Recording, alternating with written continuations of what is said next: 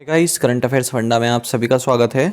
मैं हूं आपके साथ अभिषेक शर्मा और आज के इस वीडियो सेशन में हम फरवरी फर्स्ट वीक के सभी इंपॉर्टेंट एमसीक्यूज एक साथ कवर करने वाले हैं। जो भी एस्पिरेंट्स हमारे डेली करंट अफेयर्स नहीं देख पाते हैं वो इस वीडियो के थ्रू अपने फरवरी फर्स्ट वीक के सभी करंट अफेयर्स कवर कर सकते हैं और जो एस्पिरेंट्स हमारे डेली करंट अफेयर्स देखते हैं वो अपने करंट अफेयर्स को रिवाइज कर सकते हैं। साथ ही गाइस, इस सेशन को शुरू करने से पहले आप सभी को बताना चाहूँगा, यदि आप हमारी daily current affairs PDF, weekly PDF और मंथली पीडीएफ चाहते हैं तो इस वीडियो के फर्स्ट कमेंट में या फिर डिस्क्रिप्शन में दिए गए लिंक पर क्लिक करके पा सकते हैं। साथ ही आप करंट अफेयर्स फंडा ऐप को भी इंस्टॉल कर लीजिए गूगल प्ले स्टोर से। हमारी ऐप अब अवेलेबल है और इसी ऐप पर हमारा जो भी पीडीएफ मटेरियल है वो आपको प्राप्त होगा। हमारे पीडीएफ में आपको करंट अफेयर्स के साथ साथ स्टैटिक जीके की पीडीएफ्स भी प्रोवाइड कराई जाती हैं। तो ये सभी कंटेंट है जो हम आपको पीडीएफ फॉर्मेट में प्रोवाइड कराते हैं। तो यदि आप हमारा पीडीएफ कोर्स बाय करना चाहते हैं तो लिंक आपको इस वीडियो के फर्स्ट कमेंट में मिल जाएगा। साथ ही आप यहाँ पर फ्री करंट अफेयर्स क्वेश्चंस भी अटैम्प्ट कर सकते हैं। तो कोई भी अगर आपका डाउट होगा तो आप हमें कमेंट बॉक्स में ज़रूर लिखिएगा। तो चलिए फिर करते हैं शुरुआत इस वीडियो सेशन की। महिला एकल ऑस्ट्रेलियन ओपन का खिताब जीतने के लिए डेनियल कॉलिंस को किसने हराया है? ऑप्शंस आपके सामने हैं और सही आंसर ऑप्शन बी है। So Ashleigh Barty beat Danielle Collins to lift women's singles Australian Open title.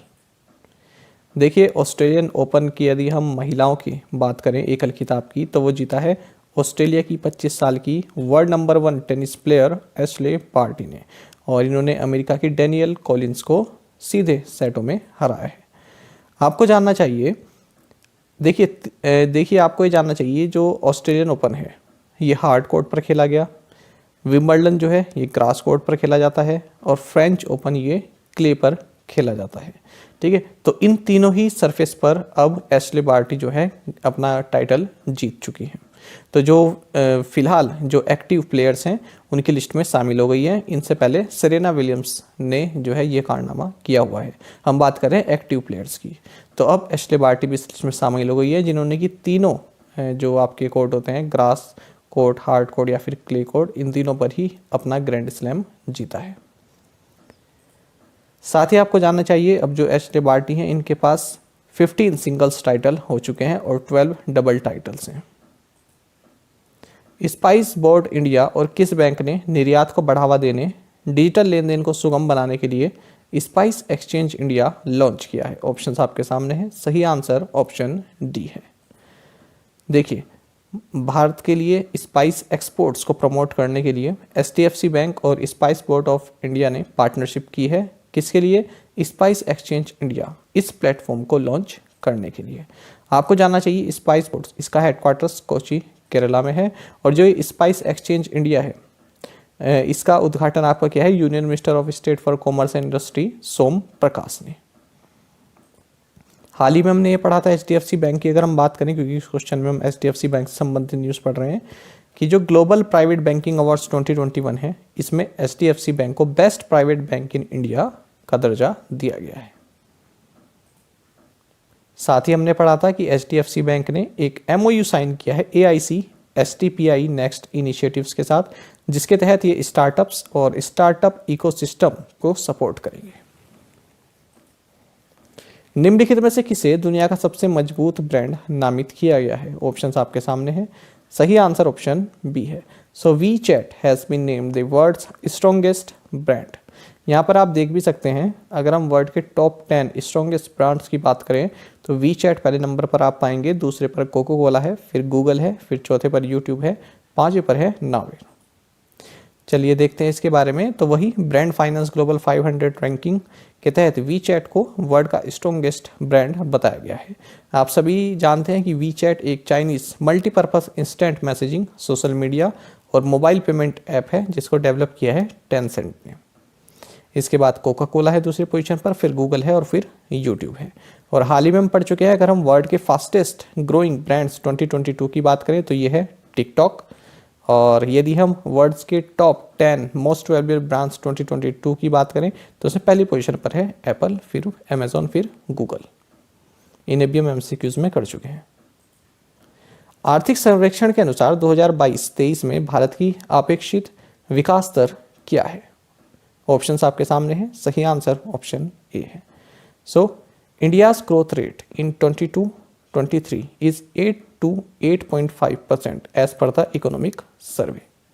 देखिए इकोनॉमिक सर्वे 2021-22 की अगर हम बात करें, जिसको फाइनेंस मिनिस्टर निर्मला सीतारमन ने पेश किया लोकसभा में, तो इसने ये कहा है कि इस साल तो जीडीपी जो है 9.2% रहने वाली है और 2022-23 में 8 से 8.5% के बीच में रहेगी। आपको जानना चाहिए इकोनॉमिक सर्वे एक एनुअल डॉक्यूमेंट है मिनिस्ट्री ऑफ फाइनेंस का।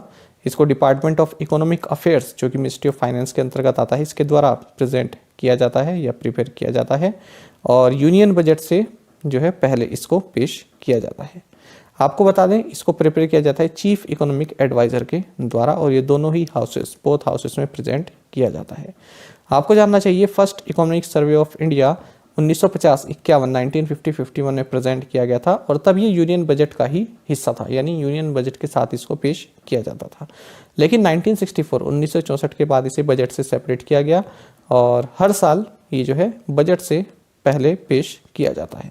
आपको बता दें ये डॉक्यूमेंट नॉन बाइंडिंग, यानी जरूरी नहीं है कि सरकार इसको पेश करे, पर सरकार इसको पेश करती आ रही है। भारतीय एयरटेल में कौन सी कंपनी $1 अरब तक निवेश करेगी? ऑप्शंस आपके सामने हैं और सही आंसर ऑप्शन बी है। So Google will invest up to $1 billion in India's Bharti Airtel. जानेंगे इसके बारे में। तो देखिए गूगल ने ये कहा है कि हम $1 बिलियन इन्वेस्ट करेंगे भारती एयरटेल में। $1 बिलियन मतलब कि अप्रोक्स 7500 करोड़ रुपए। तो देखिए यहाँ पर गूगल जो है भारती एयरटेल में 1.2% स्टेक जो है हासिल करेगा, जिसके बदले में $700 मिलियन पे करेगा। ठीक है, और भारतीय एयरटेल का 734 पर शेयर के हिसाब से इसके शेयर ये खरीदेगा और 1.2% जो है हिस्सेदारी इसमें लेगा। साथ ही $300 मिलियन भी इसमें इन्वेस्ट करेगा अगले 5 साल के लिए। किस लिए? ये होगा आपका जो 5G network, cloud technologies, affordable mobile devices, इन सभी के लिए। आपको जानना चाहिए कि जो गूगल है इसने एक जो है एक प्लेज किया है कि ये इंडिया डिजिटाइजेशन फंड इसको स्थापित करेगा और ये है ये आपका $10 बिलियन का फंड है, इंडिया डिजिटाइजेशन फंड। ठीक है, गूगल का है ये आप याद रखेंगे। और इससे पहले ये जियो प्लेटफॉर्म्स में भी अपनी हिस्सेदारी ले चुका है। इसने 7.73% स्टेक जुलाई 2020 में जियो में लिए थे। $4.5 बिलियन इसने इन्वेस्ट किया था, 33,737 करोड़ रुपए लगभग। आपको जानना चाहिए एयरटेल के जो चीफ एग्जीक्यूटिव ऑफिसर हैं ये गोपाल विट्ठल हैं और headquarters Nelson Mandela road, new Delhi में है। नासा ने हाल ही में किस देश की अंतरिक्ष एजेंसी के साथ साझेदारी में डीप स्पेस फूड चैलेंज के दूसरे चरण का अनावरण किया है? सही आंसर ऑप्शन डी है। The NASA has recently unveiled phase 2 of the deep space food challenge in partnership with Canadian space agency. देखिए आपको जानना चाहिए डीप स्पेस फूड चैलेंज ये क्या है। इसका मकसद ये है कि इस तरह का एक नोवेल फूड प्रोडक्शन टेक्नोलॉजी बनाई जाए या फिर इस तरह का सिस्टम बनाया जाए जिसके लिए जब कोई स्पेस मिशन होता है तो वहाँ पर जो फूड हो वो सेफ रह सके, न्यूट्रिशियस रह और उसमें स्वाद बना रहे। ये लिखा है ना पैलेटेबल, इसका मतलब खाने योग्य बना रहे, उसमें जो है स्वाद रहे। तो इस तरह की टेक्नोलॉजी विकसित करना है। नोवेल लिखा है ना, हमने कई बार पढ़ा है नोवेल कोरोना वायरस, है ना। यहाँ पर लिखा है novel food production technologies. Novel का मतलब होता है कि इस तरह की कोई चीज़ जो पहले ना कभी देखी गई हो ना सुनी गई हो, इस तरह की टेक्निक जिसके बारे में ना कभी पहले सुना गया हो ना देखा गया हो। इस तरह का नोवेल कोरोना वायरस का मतलब इस तरह का कोरोना वायरस जिसके बारे में ना पहले कभी सुना गया हो और ना जिसके बारे में पहले किसी को ज्ञात हो। ठीक है, तो नोवेल का मतलब क्या होता है? न्यू, जिसके बारे में किसी को पहले आइडिया ना हो। बाकी आपको जानना चाहिए फेज़ 1 भी इन्होंने लॉन्च किया है और ये है आपका फेज़ 2 और इसके लिए नासा ने कैनेडियन स्पेस एजेंसी CSA के साथ कोऑर्डिनेट किया है। भारतीय अक्षय ऊर्जा विकास एजेंसी इरेडा ने रूफटॉप सौर ऊर्जा परियोजना स्थापित करने के लिए किस शिपयार्ड के साथ एक समझौते ज्ञापन पर हस्ताक्षर किए हैं? ऑप्शंस आपके सामने हैं और सही आंसर ऑप्शन ए है। So Indian renewable energy development agency IREDA signed an MOU with Goa shipyard limited to set up a rooftop solar power project. देखिए यहाँ पर Indian renewable energy development agency IREDA या फिर इरेडा आप इसको बोलते हैं, न्यू दिल्ली में इसने एक MOU यानी कि मेमोरेंडम ऑफ अंडरस्टैंडिंग साइन किया है गोवा शिपयार्ड लिमिटेड के साथ, जिसके तहत ये जो गोवा शिपयार्ड लिमिटेड का जो हेडक्वार्टर्स है वास्को डे गामा गोवा में, यहाँ पर रूफटॉप सोलर पावर प्रोजेक्ट स्थापित करेगा। और हाल ही में हमने इरेडा से संबंधित एक काफ़ी महत्वपूर्ण करंट अफेयर्स ये देखा था कि गवर्नमेंट ऑफ इंडिया 7500 करोड़ रुपए इस इरेडा में जो है डालेगी, इन्फ्यूज करेगी। निम्नलिखित में से किसने पॉप्स नामक भारत का पहला इंटेलिजेंट मैसेंजर पेश किया है? ऑप्शंस आपके सामने हैं और सही आंसर ऑप्शन डी है। So Paytm Money has introduced India's first intelligent messenger called Pops. देखिए आप सभी जानते हैं पेटीएम की पेरेंट ऑर्गेनाइजेशन है 197 कम्युनिकेशंस लिमिटेड। तो जो पेटीएम की सब्सिडरी है पेटीएम मनी, इसने इंडिया का फर्स्ट इंटेलिजेंट मैसेंजर लॉन्च किया है पॉप्स। इंटेलिजेंट जब शब्द आया था इसका मतलब अपने आप ही कोई इस तरह की ऐप है जो अपने आप सब कुछ को सब चीज़ रिकॉर्ड अपने पास रखती हो और आपको बताती रहती हो कि हाँ पूरा ट्रैक करती हो आपकी जो गतिविधि है, ठीक है, उसको बोलते हैं इंटेलिजेंट। आर्टिफिशियल इंटेलिजेंस जिसको बोलते हैं ना, AI। तो देखिए इस तरह की ऐप है जो कि आपके स्टॉक्स पर नज़र रखेगी, आपके पोर्टफोलियो पर नज़र रखेगी, शेयर मार्केट पर नज़र रखेगी, मार्केट न्यूज़ आपको देगी, है ना। तो वो सभी चीज़ें आपको एक ही ऐप पर प्लेटफॉर्म पर मिल जाएंगी। इस तरह का प्लेटफॉर्म लॉन्च किया है पॉप्स, पेटीएम मनी ने। बाकी आपको जानना चाहिए पेटीएम मनी के CEO वरुण श्रीधर हैं, हेडक्वार्टर्स इसका बेंगलुरु में है। रॉकी माउंटेन इंस्टीट्यूट RMI और RMI इंडिया के सहयोग से किस संगठन द्वारा भारत में इलेक्ट्रिक वाहनों पर बैंकिंग, इस शीर्षक वाली रिपोर्ट जारी की गई है? सही आंसर ऑप्शन डी है। The report titled banking on electric vehicles in India has been released by Niti Aayog in collaboration with Rocky Mountain Institute RMI and RMI India. जानेंगे इसके बारे में, रिपोर्ट के बारे में। तो देखिए NITI Aayog, Rocky Mountain institute और RMI इंडिया, इन्होंने मिलकर एक रिपोर्ट जारी की है जिसका टाइटल है banking on electric vehicles in India. तो इसमें जो आपका जो इलेक्ट्रिक मोबिलिटी इकोसिस्टम है उसकी इम्पोर्टेंस बताई गई है और प्रायोरिटी सेक्टर के तहत इनको रिकॉग्नाइज किया जाना चाहिए, ऐसा इन्होंने रिकमेंडेशन दिया है। जैसे कि आप यहाँ पे देख सकते हैं, the report provides consideration and recommendations to inform the inclusion of electric vehicles in the Reserve Bank of India's priority sector lending guidelines. तो जो रिजर्व बैंक ऑफ इंडिया की priority sector lending PSL guidelines है उनमें electric vehicles को भी inclusion होना चाहिए, उनको भी इंक्लूड किया जाना चाहिए, ऐसा इन्होंने रिकमेंड किया है। बाकी आपको जानना चाहिए banks and non banking financial companies जो हैं भारत में, इनमें इतनी पोटेंशियल है कि 2025 तक 40,000 करोड़ रुपए यानी कि $5 बिलियन का इलेक्ट्रिक व्हीकल फाइनेंशियल मार्केट खड़ा कर सकते हैं या उसको प्राप्त कर सकते हैं। और 2030 तक ये 3.7 लाख करोड़ रुपए का जो है electric vehicle financial market achieve कर सकते हैं, ऐसा भी इस रिपोर्ट में अनुमान लगाया गया है। कोयला दर्पण पोर्टल पर कितने प्रमुख प्रदर्शन संकेतक हैं यानी कि की परफॉर्मेंस इंडिकेटर्स हैं? सही आंसर ऑप्शन सी है। सो 9 की performance indicators are there on Koyla Darpan portal.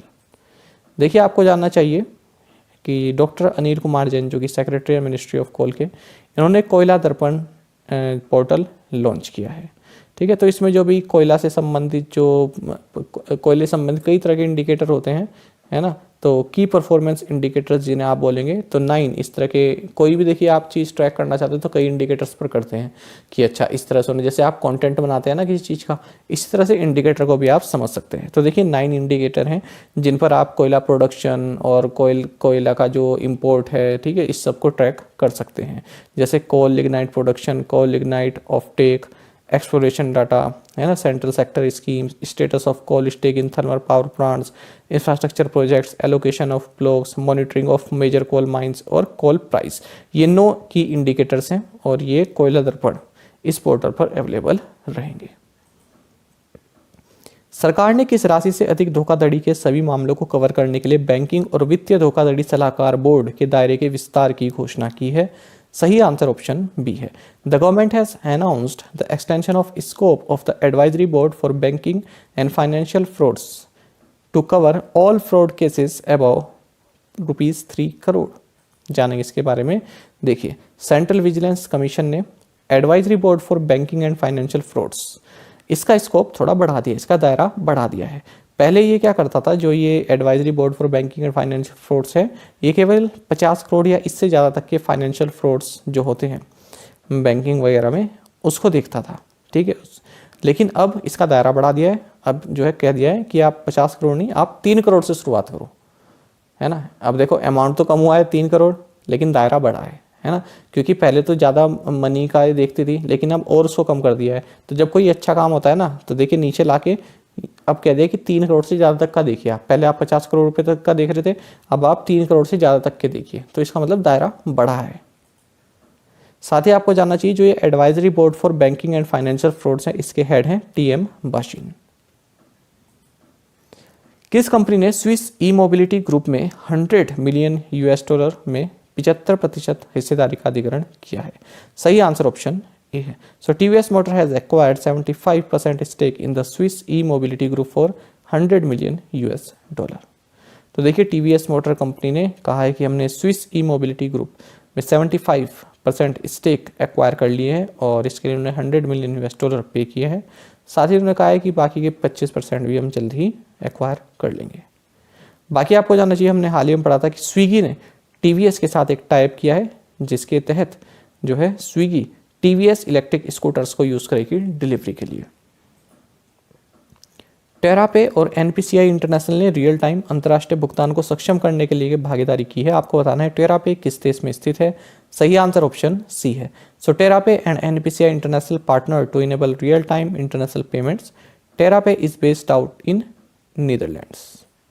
देखिए आपको जानना चाहिए, national payments corporation of India ने कहा है कि जो इसकी इंटरनेशनल पेमेंट्स आर्म है, जिसका नाम है एनपीसीआई इंटरनेशनल पेमेंट्स लिमिटेड, इसने एक एमओयू साइन किया है टेरापे के साथ। टेरापे क्या है? एक Netherland based global payments infrastructure company है। और अब इस एमओयू से क्या होगा, जो भी इंडियंस हैं जिनके पास एक्टिव यूपीआई आईडी है, तो वे इंटरनेशनल कहीं से भी जो है अपने उसमें अपने अकाउंट में पेमेंट्स पा सकते हैं। कहीं से भी उनको पे किया जा सकता है। जो इंडियंस हैं जिनके पास अपनी यूपीआई आईडी है, उनको पे किया सकता है उनके अकाउंट में, बैंक अकाउंट में। डॉक्टर अनिल अवचक, जिनका हाल ही में निधन हो गया, वो एक प्रसिद्ध क्या थे? ऑप्शंस आपके सामने है। सही आंसर ऑप्शन डी है। Doctor Anil Awachat who passed away recently was a renowned writer, activist and physician. देखिए जो डॉक्टर अनिल रहे, ये फिजिशियन रहे, एक्टिविस्ट रहे और राइटर भी रहे। साथ ही इन्होंने डी एडिक्शन मुक्तांगन सेंटर, इसके भी ये फाउंडर रहे हैं। इनका हाल ही में निधन हो गया है। साथ ही में इन्होंने एक मराठी जर्नल साधना, इसको भी एडिट किया था। इसके एडिटर रहे हैं 70s के टाइम पर। बाकी आपको जानना चाहिए, ये अपनी यूमैन सर्विस के लिए जाने जाते हैं। यूमैन सर्विस का मतलब क्या होता है? Excellent service. जिसने किसी फील्ड में बहुत ही उच्च दर्जे का काम किया, उसको बोलते हैं यूमैन सर्विस। ठीक है, बहुत अच्छी लेवल की सर्विस के लिए जाना जाता है। और इन्होंने जो है कई तरह के नशा मुक्ति केंद्र खेले हैं। डी एडिक्शन सेंटर जिन्हें बोलते हैं, मुक्तांगन डी एडिक्शन सेंटर, ये आपको कई जगह और मिल जाएंगे भारत में। तो इसके फाउंडर रहे हैं। इनका हाल ही में निधन हो गया है। विश्व उपेक्षित उष्णकटिबंधीय रोग दिवस, विश्व एनटीडी दिवस किस दिन मनाया जाता है? सही आंसर ऑप्शन सी है। So world neglected tropical diseases day is observed on January 30। तो 30 जनवरी को मनाया जाता है world neglected tropical diseases day. और इसका थीम है इस बार 2022 में achieving health equity to end the neglect of poverty related diseases. विश्व कुष्ठ दिवस जनवरी के किस दिन मनाया जाता है? सही आंसर ऑप्शन बी है। World leprosy day is observed on last Sunday of January. देखिए वर्ल्ड लेप्रोसी डे, जिसे आप हैंसेंस डिजीज भी कहते हैं, ये जनवरी के लास्ट संडे को मनाया जाता है। और इस बार 2022 में मनाया गया 30 जनवरी को, क्योंकि इस दिन संडे था, लास्ट संडे था 30 जनवरी को, तो इस दिन इसे मनाया गया है। और इस बार इसका थीम रहा 2022 में यूनाइटेड फॉर डिग्निटी। बाकी आपको जानना चाहिए, ये डेट जो चूज़ की गई, ये फ्रेंच ह्यूमैनिटेरियन थे राउल फोलेरियो। तो इन्होंने महात्मा गांधी, जिन्हें की जो लेप्रोसी से ग्रसित व्यक्ति हैं उनसे काफ़ी प्रेम था, कंपैशनेट थे, उनके प्रति दयालु थे महात्मा गांधी। तो उनको एक ट्रिब्यूट के रूप में ये डे डेडिकेट किया गया है फ्रेंच ह्यूमैनिटेरियन राउल फोलेरो के द्वारा। बाकी आपको जानना चाहिए, लेप्रोसी जो है एक क्रॉनिक इन्फेक्शंस की आई, नोज़, है ना, स्किन और पेरिफेरी नर्व्स, इन सभी को अफेक्ट करती है। और इसका कॉज रहता है bacillus mycobacterium leprae. A little book of India celebrating 75 years of independence नामक पुस्तक के लेखक कौन है? अनीता देसाई, रस्किन बॉन्ड, शशि थरूर या फिर सुभाष सक्सेना। सही आंसर ऑप्शन बी है। सो A new book titled A Little Book of India Celebrating 75 Years of Independence is authored by Ruskin Bond. World Games athlete of the year award जीतने वाले पहले भारतीय व्यक्ति कौन बने हैं? ऑप्शंस आपके सामने हैं और सही आंसर ऑप्शन ए है। So PR Sreejesh has become the first Indian man to win World Games athlete of the year award. तो देखिए फर्स्ट इंडियन मैन बने हैं और ओवरऑल ये सेकंड इंडियन बने हैं। ठीक है, तो अंतर है इसमें, आगे अंतर जानेंगे क्या क्या मतलब है। देखिए इंडिया के गोलकीपर हैं परत्तु रविंद्रम श्रीजेश, तो इन्हें the world Games athlete of the year for 2021 नामित किया गया है और ये अवार्ड पाने वाले ये पहले जो है व्यक्ति बन गए हैं, यानी कि पुरुष बन गए हैं जिन्होंने ये अवार्ड जीता है। साल 2020 में इंडियन वुमेन्स हॉकी की कैप्टन रानी रामपाल ये फर्स्ट इंडियन बनी थी जिन्होंने कि ये अवार्ड जीता था। ठीक है, तो ये फर्स्ट इंडियन बनी थी और ये फर्स्ट इंडियन मैन है जिन्होंने ये अवार्ड जीता है और ओवरऑल ये सेकंड इंडियन है। ठीक है, हम बात करें PR श्रीजेश की। बाकी आपको जानना चाहिए श्रीजेश को हाल ही में goalkeeper of the year for 2021 ये भी नामित किया गया था और जो हमारी हॉकी टीम जिसने टोक्यो ओलंपिक्स में ब्रॉन्ज मेडल जीता उसका ये हिस्सा भी रहे। विश्व आर्द्रभूमि दिवस किस दिन मनाया जाता है? ऑप्शंस आपके सामने हैं और सही आंसर ऑप्शन डी है। So world wetlands day is celebrated on February 2। देखिए वर्ल्ड वेटलैंड्स डे ये हर साल 2 फरवरी को मनाया जाता है और आपको जानना चाहिए 2 फरवरी मनाने के पीछे का रीज़न क्या है, क्योंकि 2 फरवरी 1971 2 फरवरी 1971 को रामसर कन्वेंशन या फिर कन्वेंशन ऑन वेटलैंड्स ये जो ट्रीटी थी इसको एडॉप्ट किया गया था। बाकी आपको जानना चाहिए इस बार वर्ल्ड वेटलैंड्स डे का थीम है wetlands action for people and nature. 31 जनवरी 2022 को राष्ट्रीय महिला आयोग का कौन सा स्थापना दिवस मनाया गया? ऑप्शंस आपके सामने हैं, सही आंसर ऑप्शन सी है। सो 30th foundation day of the national commission for women was celebrated on January 31, 2022। देखिए प्रधानमंत्री नरेंद्र मोदी ने नेशनल कमीशन फॉर वीमेन इसका 30वां फाउंडेशन डे यानी कि स्थापना वर्ष इसको जो है एड्रेस किया है, संबोधित किया है।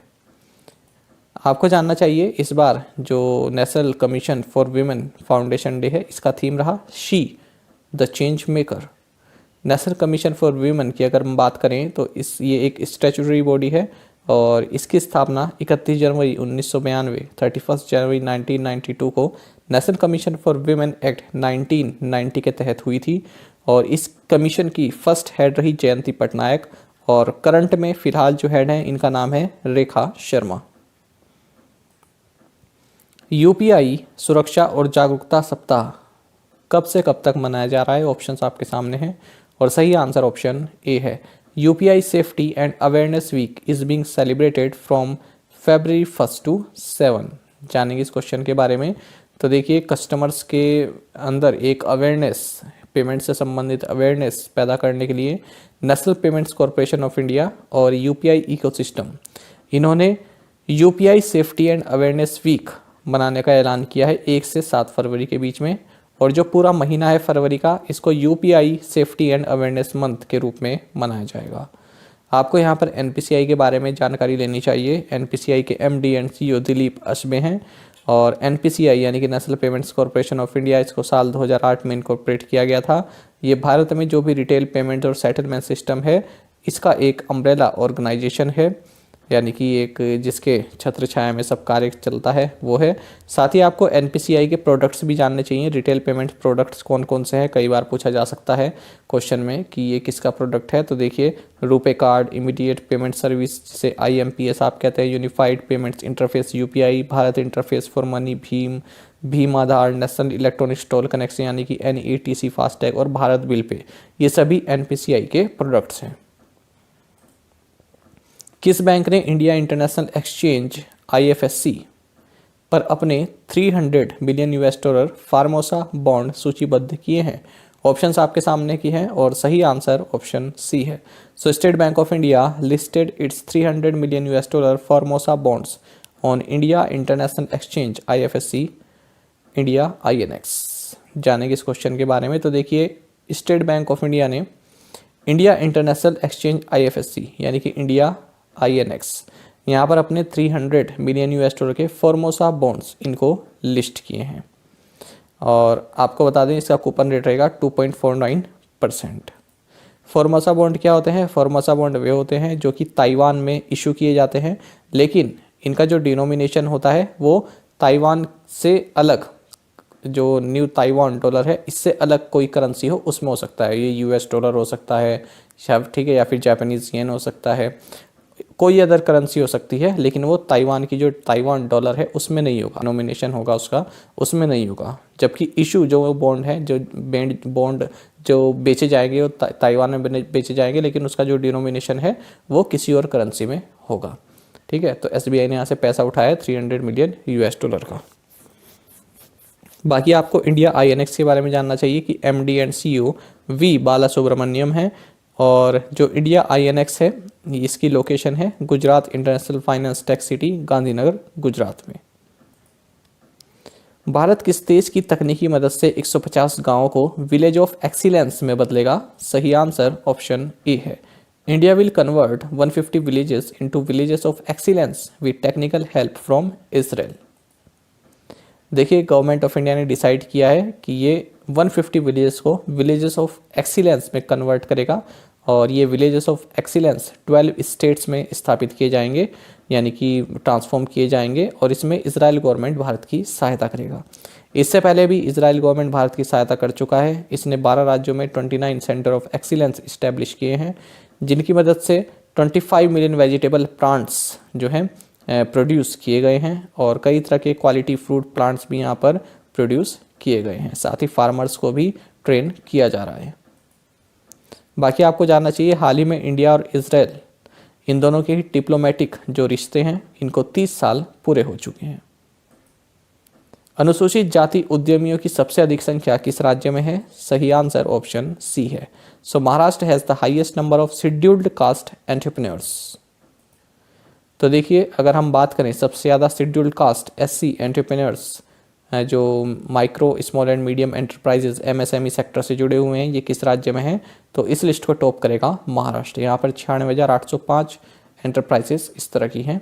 ठीक है, और दूसरे नंबर पर तमिलनाडु है, तीसरे नंबर पर राजस्थान है, चौथे पर UP है, पाँचवें पर कर्नाटक है, और 6th पोजीशन पर है पंजाब।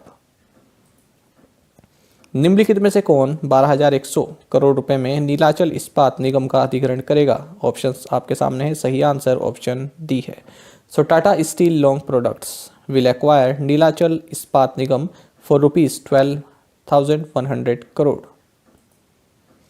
तो टाटा स्टील लॉन्ग प्रोडक्ट्स इसने कहा है कि इसको आइडेंटिफाई किया गया है कि ये नीलाचल इस्पात लिमिटेड में 93.7% इक्विटी स्टेक ले 12,100 करोड़ रुपीज़ में। फियरलेस गवर्नेंस नामक पुस्तक के लेखक या लेखिका कौन है? सही आंसर ऑप्शन ए है। So Kiran Bedi is the author of the book titled fearless governance. तो देखिए, किरण बेदी जो कि पुडुचेरी की 24th लेफ्टिनेंट गवर्नर रही, तो लगभग 5 साल के कार्यकाल में जो इन्होंने ग्राउंड रियलिटीज़ महसूस की हैं उसके बारे में यहाँ पर चर्चा की है गवर्नेंस से संबंधित। तो उन सभी एक्सपीरियंस को इन्होंने अपनी बुक फियरलेस गवर्नेंस में जो है उजागर किया है। इस बुक को पेप्सिको की farmer chairperson and CEO Indira Nooyi और प्रोफेसर देवाशीष चटर्जी जो कि IIM कोझिकोड के डायरेक्टर हैं, इनके द्वारा लॉन्च किया गया। निम्नलिखित में से कौन भारत का पहला स्पोर्ट्स यूनिकॉर्न एंटरप्राइज बन गया है? ऑप्शंस आपके सामने है। सही आंसर ऑप्शन डी है। So Chennai Super Kings has become India's first sports unicorn enterprise. देखिए, चेन्नई सुपर किंग ये फर्स्ट एवर स्पोर्ट्स यूनिकॉर्न बन गया है। यूनिकॉर्न मैंने आपको बताया था, जब वैल्यूएशन 1 बिलियन US डॉलर से ज़्यादा की हो जाती है तो उसको बोलते हैं यूनिकॉर्न। ठीक है, तो इसका मार्केट शेयर जो है 7600 करोड़ रुपये से ज़्यादा का हो गया है। ठीक है, अगर आप इसमें बात करें इंडियन करेंसी में तो 7600 करोड़ रुपये से तक की ज़्यादा की वैल्यूएशन हो गई है इसकी। बाकी आपको जानना चाहिए CSK के बारे में। चेन्नई सुपर किंग ने जो है पिछले साल जो पिछला IPL रहा उसमें कोलकाता नाइट राइडर्स को हराकर अपना 4th IPL टाइटल दुबई में जीता था। और जो चेन्नई सुपर किंग की जो पेरेंट कंपनी है इंडिया सीमेंट्स, इससे भी ज़्यादा वैल्यूएशन अब इसकी हो गई है चेन्नई सुपर किंग की। महिला पैन एम कप 2022 किस देश ने जीता? ऑप्शंस आपके सामने हैं। सही आंसर ऑप्शन डी है। So Argentina won women's Pan Am cup 2022। तो देखिए अर्जेंटीना ने चिली को हराकर 6th women's field hockey championship title जीता है। कहाँ पर? 2022 विमेंस पैन अमेरिकन कप। इसमें आपको जानना चाहिए जो चैंपियनशिप है ये सैंटियागो चिली में हुई है। बाबा इकबाल सिंह जिनका हाल ही में निधन हो गया को किस नागरिक पुरस्कार से सम्मानित किया गया था? सही आंसर ऑप्शन ए है। Baba Iqbal Singh who passed away recently was conferred with Padma Shri. देखिए पद्मश्री रहे बाबा इकबाल सिंह जो कि 96 साल के थे। इनका हाल ही में हिमाचल प्रदेश के सिरमौर डिस्ट्रिक्ट के बारू साहिब में निधन हो गया है। और 2022 के लिए जो अभी पद्मा अवार्ड्स जो अनाउंस हुए हैं तो उनमें इन्हें पद्मश्री से सम्मानित किया गया है। किस लिए? सोशल वर्क फील्ड में। आपको जानना चाहिए ये कलदीगर सोसाइटी ट्रस्ट के प्रेसिडेंट रहे और एटर्नल यूनिवर्सिटी के ये चांसलर भी रहे हैं। हाल ही में लोकसभा अध्यक्ष ओम बिरला द्वारा लॉन्च की गई भारत की संसद के आधिकारिक मोबाइल ऐप का नाम क्या है? ऑप्शंस आपके सामने हैं और सही आंसर ऑप्शन सी है। So digital Sansad app is officially has officially been launched by Lok Sabha speaker Om Birla. देखिए लोकसभा सेक्रेटरीट ने एक नई ऐप लॉन्च की है जिसका नाम है डिजिटल संसद। तो पार्लियामेंट की जो भी प्रोसीडिंग्स हैं यदि आप उनको फॉलो करना चाहते हैं तो आप इस ऐप को इंस्टॉल करके यहाँ से प्रोसीड कर सकते हैं। आपको बता दें इसमें जितनी भी लेजिस्लेटिव एक्टिविटीज़ हैं उनको आप जान सकते हैं। और ये लोकसभा स्पीकर ओम बिरला जो हैं इनका ब्रेन चाइल्ड है। It is a brain child of Lok Sabha speaker Om Birla. Brain child मतलब क्या होता है? दिमाग की उपज। ठीक है, किसका आइडिया रहा उसको बोलते हैं ब्रेन चाइल्ड। आपने कोई आइडिया लिया, ठीक है, उसका कुछ आपने बना दिया तो किसका ब्रेन चाइल्ड था? आपका था। ठीक है, आपने उस चीज़ को सोचा था।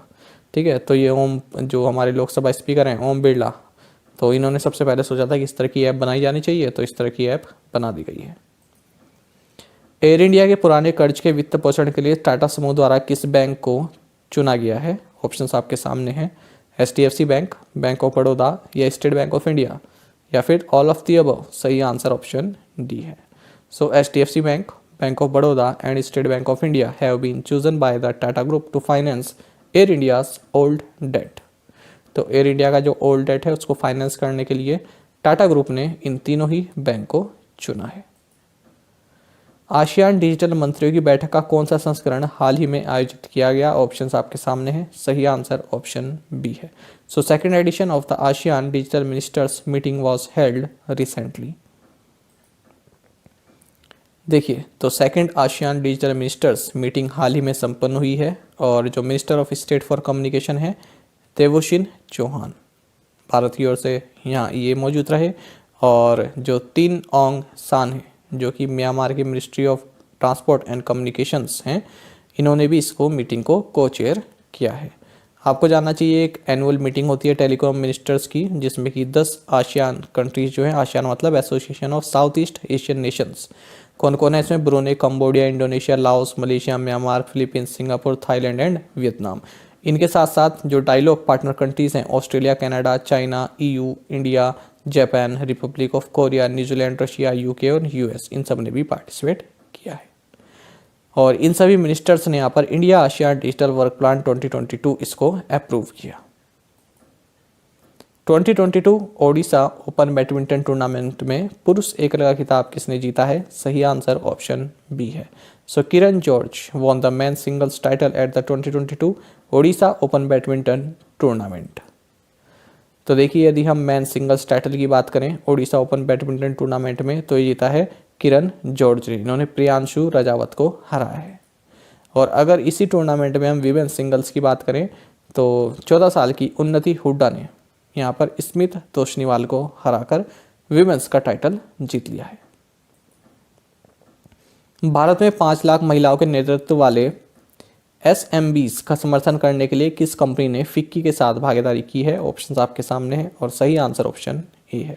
सो मेटा यानी कि Facebook has partnered FICCI to support 5 lakh women led SMBs in India. SMBs का क्या मतलब है ये हम यहाँ पर देखेंगे। तो देखिए सोशल मीडिया जायंट मेटा जिसे जो पहले फेसबुक के नाम से जाना जाता था, तो इसने शी मीन बिजनेस प्रोग्राम के तहत फिक्की के साथ पार्टनरशिप की है जिसके तहत ये ऑल इंडिया में 5 लाख वुमेन का जो स्मॉल बिजनेस हैं उनको सपोर्ट करेंगे। ठीक है, तो शी मीन बिजनेस प्रोग्राम किससे संबंधित है? मेटा से संबंधित है। इस तरह से आप इसको याद रख सकते हैं। शियोमारा कास्ट्रो ने किस देश की पहली महिला राष्ट्रपति के रूप में शपथ ली है? ऑप्शंस आपके सामने है, पनामा, हॉन्डुरस, निकारागुआ या फिर ग्वाटेमाला। सही आंसर ऑप्शन बी है। शियोमारा Castro was sworn in as the first woman president of Honduras। तो हॉन्डुरस की फर्स्ट फीमेल प्रेसिडेंट बनी है शियोमारा कास्ट्रो। आपको बता दें इनकी पार्टी है लिबर्टी एंड रिफाउंडेशन पार्टी। बाकी आपको जानना चाहिए हॉन्डुरस की कैपिटल तेगुशिकल्पा है और यहाँ की करेंसी है हॉन्डुरन लैम्पिरा। सेहत किस मंत्रालय की टेली कंसल्टेशन सेवा है? ऑप्शंस आपके सामने हैं और सही आंसर ऑप्शन ए है। So Sehat is the teleconsultation service of Ministry of Defence. जानेंगे इस क्वेश्चन के बारे में। देखिए, यूनियन गवर्नमेंट ने एक इनिशिएटिव लिया है जिसके तहत जो सेहत है यानी कि services e health assistance and teleconsultation, इसके तहत जो भी पेशेंट्स डॉक्टर से कंसल्टेशन लेते हैं तो उनको जो मेडिसिन्स है ये उनके होम पर प्रोवाइड कराई जाएगी, यानी मेडिसिन्स की होम डिलीवरी कराई जाएगी। आपको जानना चाहिए सेहत एक tri services teleconsultation service है और किसके द्वारा ये सर्विस शुरू की गई है? मिनिस्ट्री ऑफ डिफेंस के द्वारा। तो आप ये याद रखेंगे, मिनिस्ट्री ऑफ हेल्थ नहीं, मिनिस्ट्री ऑफ डिफेंस इसका सही आंसर है। Ministry of health, ministry of defence की ये सर्विस है सेहत। तो इसमें क्या है, जो पेशेंट्स हैं वो डॉक्टर से बात कर सकते हैं इंटरनेट को यूज़ करके अपने स्मार्टफोन लैपटॉप की सहायता से। बाकी आपको जानना चाहिए जो होम डिलीवरी है ये बेस हॉस्पिटल टेलीकैंट से शुरुआत की गई है और इसको और भी जगह पर एक्सपैंड किया जाएगा। साथ ही आपको जानना चाहिए कि union defence minister Rajnath Singh ने इस सेहत स्कीम को या फिर इस सर्विस को 27 मई 2021 में लॉन्च किया था। अंडे के उत्पादन में भारत का कौन सा स्थान है? ऑप्शंस आपके सामने हैं और सही आंसर ऑप्शन डी है। So India's rank in the production of eggs is 3rd। देखिए क्वेश्चन कहाँ से आया है, इकोनॉमिक सर्वे 2021-22 में ये बात बताई गई है। इसमें कहा गया है कि अगर हम एग्स प्रोडक्शन की बात करें तो इंडिया की रैंक 3rd है और यदि हम मीट प्रोडक्शन की बात करें तो इसमें भारत की रैंक 8th है, 8वीं रैंक है। और यदि हम बिगेस्ट एग्स प्रोड्यूसर कंट्री की बात करें तो वो है चाइना, उसके बाद आता है यूनाइटेड स्टेट्स और तीसरे नंबर पर है इंडिया। और यदि हम मीट प्रोडक्शन की बात करें तो चाइना इसमें फर्स्ट पोजीशन पर है। किस देश के निक किर्गियोस और थानासी कोकिनाकिस ने ऑस्ट्रेलियन ओपन में पुरुषों का डबल खिताब जीता? ऑप्शंस आपके सामने हैं। सही आंसर ऑप्शन डी है। So Australia's Nick Kyrgios and Thanasi Kokkinakis won the men's double title at Australian Open। तो देखिए निक किर्गियोस और थानासी कोकिनाकिस ये दोनों ही ऑस्ट्रेलियन टेनिस प्लेयर हैं और इन्होंने ऑस्ट्रेलियन जो ओपन हुआ है डबल्स ये टाइटल अपने नाम कर लिया। तो इनका ये मेडन टाइटल है, यानी कि इनका पहला टाइटल है और इन्होंने मैथ्यू एब्डन और मैक्स पोर्शियल को यहाँ पर हरा है स्टेट्स सेट्स में। बाकी आपको जानना चाहिए तो हो गया मेंस डबल। तो वुमेंस का डबल किसने जीता है? तो ये जो चेक गणराज्य है इसकी बारबोरा क्रेसिकोवा और कैटरीना सिनियाकोवा इन दोनों ने जीता है। और यदि हम मिक्स्ड डबल्स की बात करें तो ये जीता है फ्रांस की क्रिस्टीना मिलाडेनोविक और क्रोएशिया के इवान डोडिक ने। और इससे पहले हम पढ़ चुके हैं कि जो ऑस्ट्रेलियन ओपन में विमेंस सिंगल टाइटल जीता है ये ऑस्ट्रेलिया की एशले बार्टी ने जीता है और ऑस्ट्रेलियन ओपन का जो मेंस टाइटल है ये राफेल नडाल ने जीता है। द किंग ऑफ क्ले इन्हें कहा जाता है और इसी के साथ इन्होंने 21st अपना ग्रैंड स्लैम जीता है और ये एक रिकॉर्ड बन गया है। किस कंपनी ने प्राकृतिक गैस प्रणाली में हाइड्रोजन के मिश्रण वाली भारत की अपनी तरह की पहली परियोजना शुरू की है? ऑप्शंस आपके सामने हैं और सही आंसर ऑप्शन ए है। So GAIL has commenced India's first of its kind project of mixing hydrogen into the natural gas system.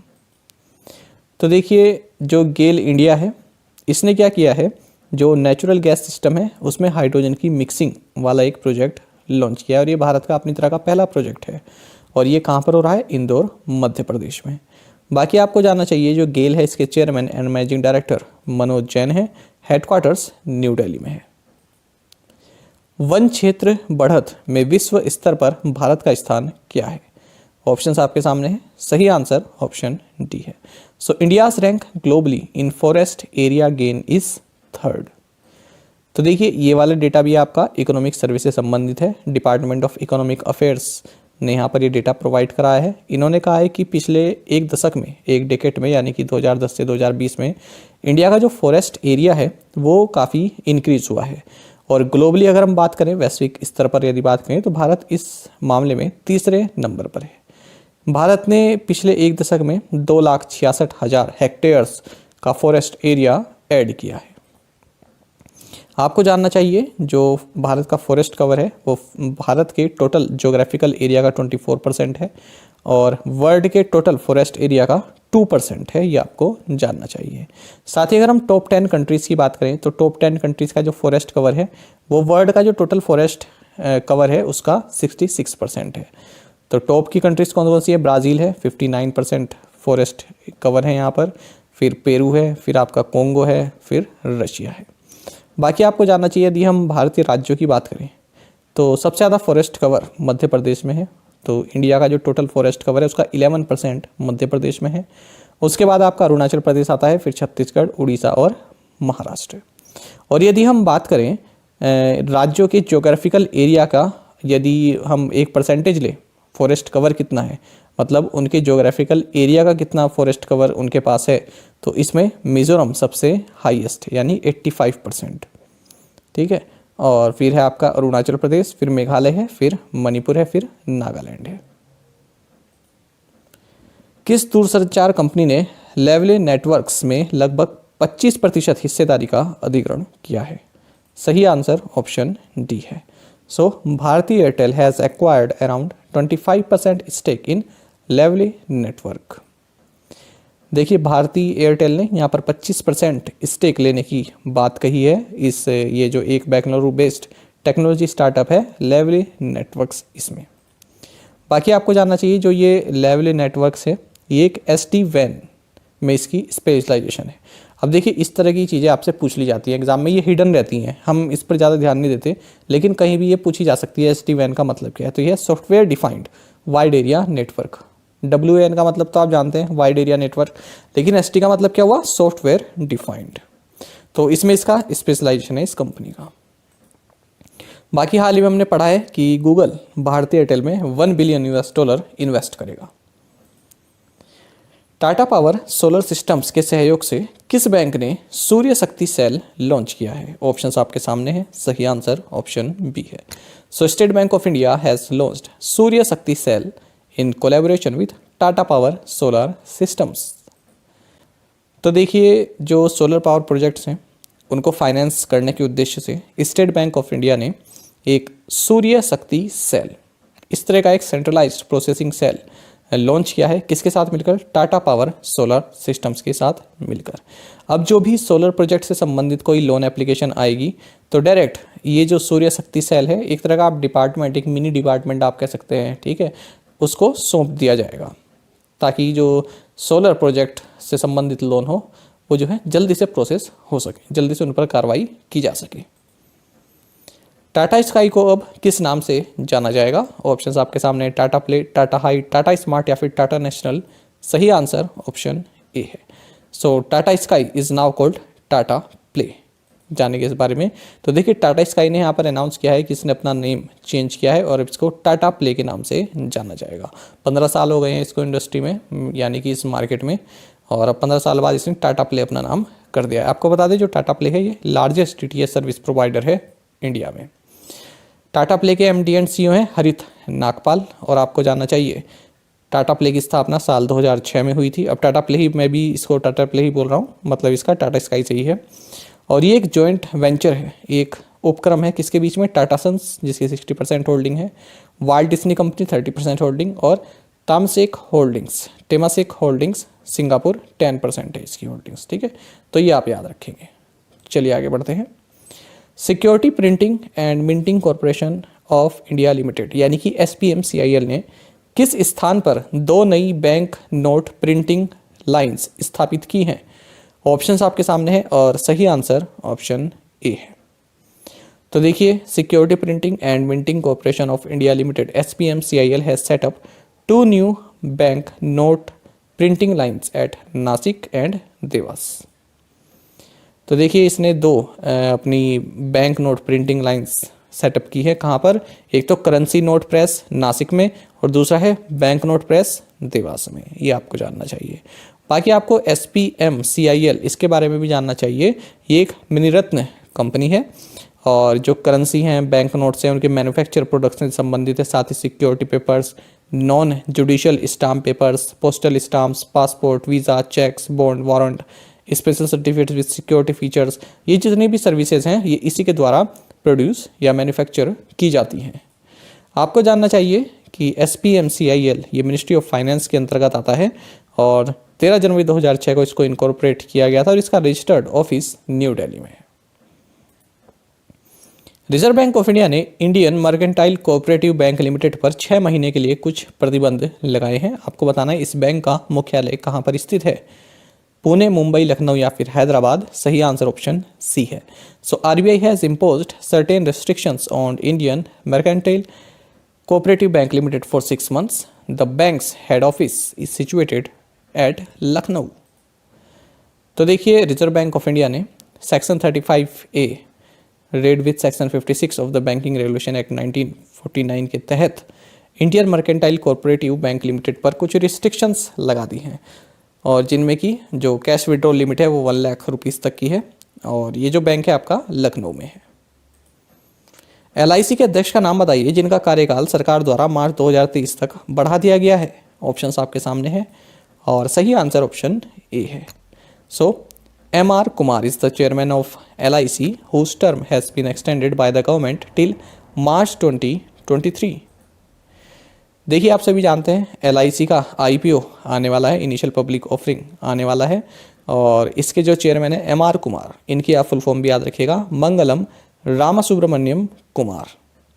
तो इनका जो कार्यकाल है वो 1 और साल के लिए बढ़ा दिया गया है, यानी कि अब ये इस पद पर मार्च 2023 तक काबिज रहेंगे। विश्व अंतरधार्मिक सद्भाव सप्ताह ये कब से कब तक मनाया जा रहा है? सही आंसर ऑप्शन ए है।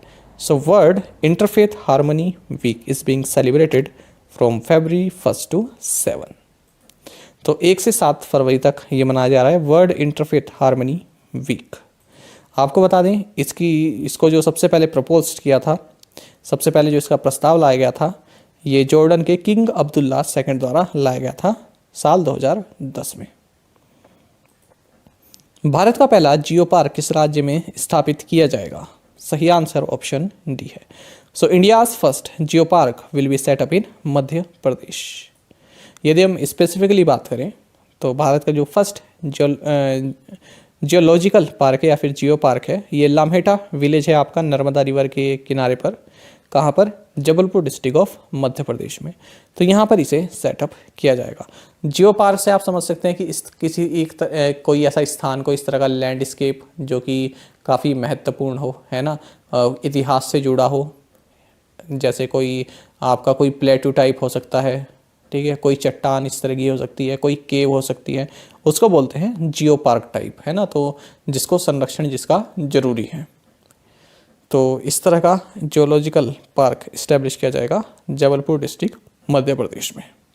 कहाँ पर? लामहेटा विलेज में।